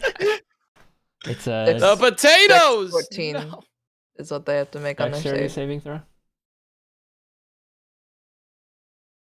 It is a 7. Approve of our dinner just getting yeeted How much at the damage enemy. does it do? Oh, Pipra's throwing potatoes again. I see. 16.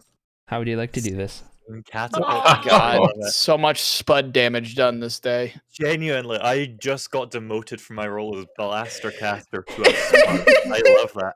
This is why I added catapult. I love I'm it so much. excited for it. You could say that this see. potato has been mashed. You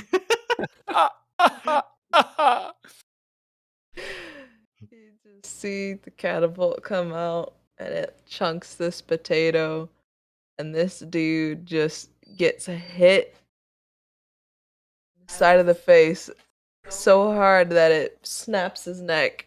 And he So falls. hard that it perhaps mashes his potato. Good lord. And then he just falls limply to Okay. the ground. There you go. You guys are no longer in combat. I'd like to search the Yay. bodies Well for done, team. gold and loot. All right.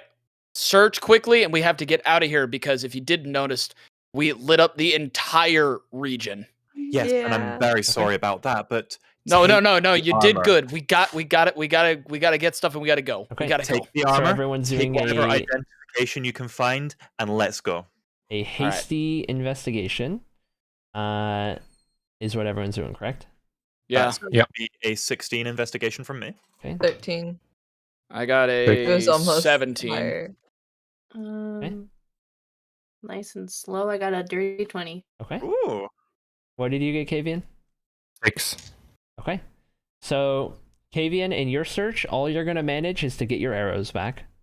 Hey, As that's all for- I need. As for the rest of you guys, a cumulative total of what you find in terms of coin is amongst the various bodies, not one, but all pooled together. You find a total of 12 gold pieces, 36 silver pieces, and then just various kind of Acrylic Empire medallions and stuff like that. Just miscellaneous stuff, kind of torn up gear. They were appearing to be out on the road for a while.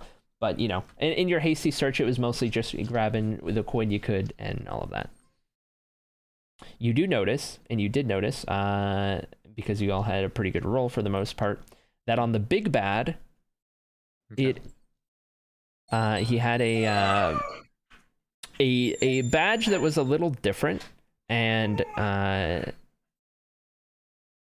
upon finding this badge and realizing that it kind of sticks out from everyone else, the thought occurs to you, this is to specifically Tormund, Pipra, Hera, and Darcy's, that if anyone might know anything about it, it might be Kavian, because, these are Empire soldiers and whatnot, and it was just a fancy kind of thing that stood out about the big bad. Cool. Wouldn't I know about the Empire from being in the area? You know about the Empire, but not as much as Kavian does, having been more closely involved. Would I know my more memory- about what the area was before the Empire. Yes, exactly. Gotcha. Would Okay. my memories be too distant in both geography and time to be able to help me out here, or? In relation to this specific medallion here, and what it is, you guys are not aware. You would not be aware. Okay. That being the case, I would like to take the medallion off the body and loot whatever gold I'm finding here. Okay. And I would like to take it to Kavian. I'd like to go, hey, Kavian, What? you see this? You have any idea what this is? Roll a history check, Kevin. Oh no. Please. Please Well- no. 12. You recognize the medallion as being that of an Acrylic knight, which is one of the higher ranking members of the Acrylic forces. You recognize it because your father was close friends with an Acrylic knight. So that's where you know the badge from. Oh. Well, seems like we're quite a knights of the Acrylic Empire. Now that will do just fine. Hey, Kavian, What? would it make you uncomfortable to don their armor? Oh, no, do as you please. The Empire means nothing to me. Okay. I'd like to loot that same body of its armor, kind of just take as much of that armor as I can get and just pass it to Kavian.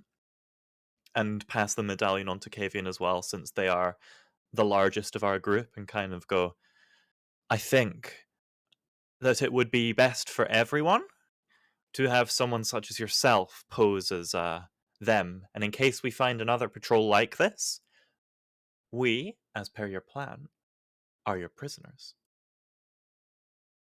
Sure, but I'm not sure how I would keep 4 of you all under my command.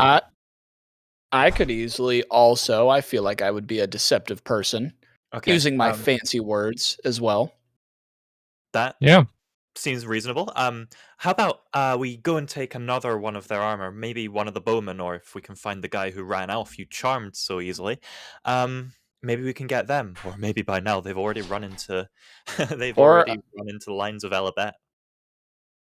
Could I put on the other clothing of the bowmen or the other people? That's what I was thinking. Yeah, I think I could do that. So you're thinking Kavian takes the big bad and Tormund takes the little bad? I am a littler guy than Kavian. I'm just making sure I'm on the same page. Yeah. Okay. Yeah. Okay. You guys will be able to do that. If you are fully equipping the armor instead, the little bad is going to be more on par with your original armor, Tormund, in terms of rating, as opposed to the newer one that you had gotten. So if you have it on, you want. What is it? If you'd like, I can have it instead. It'll be a standard leather. Okay, I'll just take that. I'll take the bonus off, so I'm back down to 13. Okay, and then Kavian. This is heavy armor, so I don't imagine that's gonna play all that well with your character type, but it'll be interesting. Could I choose not to wear it and just have the badge on my shoulder or something? Just... Yeah, you can choose not to take the armor if you just want to take the badge itself. It's up to you guys what you want to do. Yeah, I think I'll do that, and I could act as like an elite knight or something that was sent on a spy mission deep into the lands, so I couldn't exactly wear as.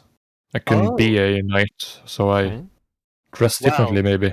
If this is a spy mission, then, and I'm going to pull out the medal of the original council's medallion, maybe we're double agents. I'm like in the middle of putting on the new pants, and I'm like, wait, so we're not doing this? Oh, okay.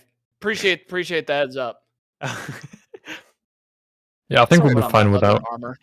I'm a macaw, they'll see my eyes and they'll probably expect us to be on their side anyways. Tormund went through all that just to take it all back off.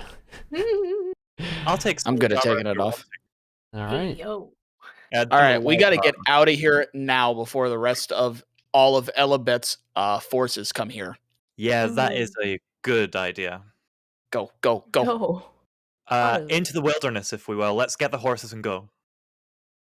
As far into the wilderness as we can make it on foot before the sun rises. I'd like to get a long rest in, if you don't mind. Yeah, same. Yes. That was all of my spell slots and sorcery points in that. Are we long resting? You guys, I think we're traveling first. Yeah. Okay. Are traveling through the grasslands, trying to get as far away from the scene that had just transpired as you possibly could, which was just across the border into the occupied area of Elabet. Eventually, you make your way upon the road that you sought. You head off to the east to find the intersection, and as the moon passes above, the night carries on a little further. You eventually find a half-decent spot off of the side of the road, a ways away still from Lindstium, the next town along the road that you travel, just on the outskirts of the Lindstium forest, where you have some cover from the trees, where you're able to set up a camp fairly removed from the road so that you hopefully wouldn't get spotted, and you are able to choose to go to sleep if that is what you wish, but you have this camp set up. Okay. Should someone keep guard or keep watch? You're right about here. Okay. Yeah, we should take shifts. I can take first watch. I'm not too hurt. I'll take second. I need a rest. I'll take third, but after my rest. Sounds good. I'll go fourth. Guess I'll take the last one. Okay. on that note, you may all long rest, Ah, Yeah. and that is where we'll end for today. Okay. there we go.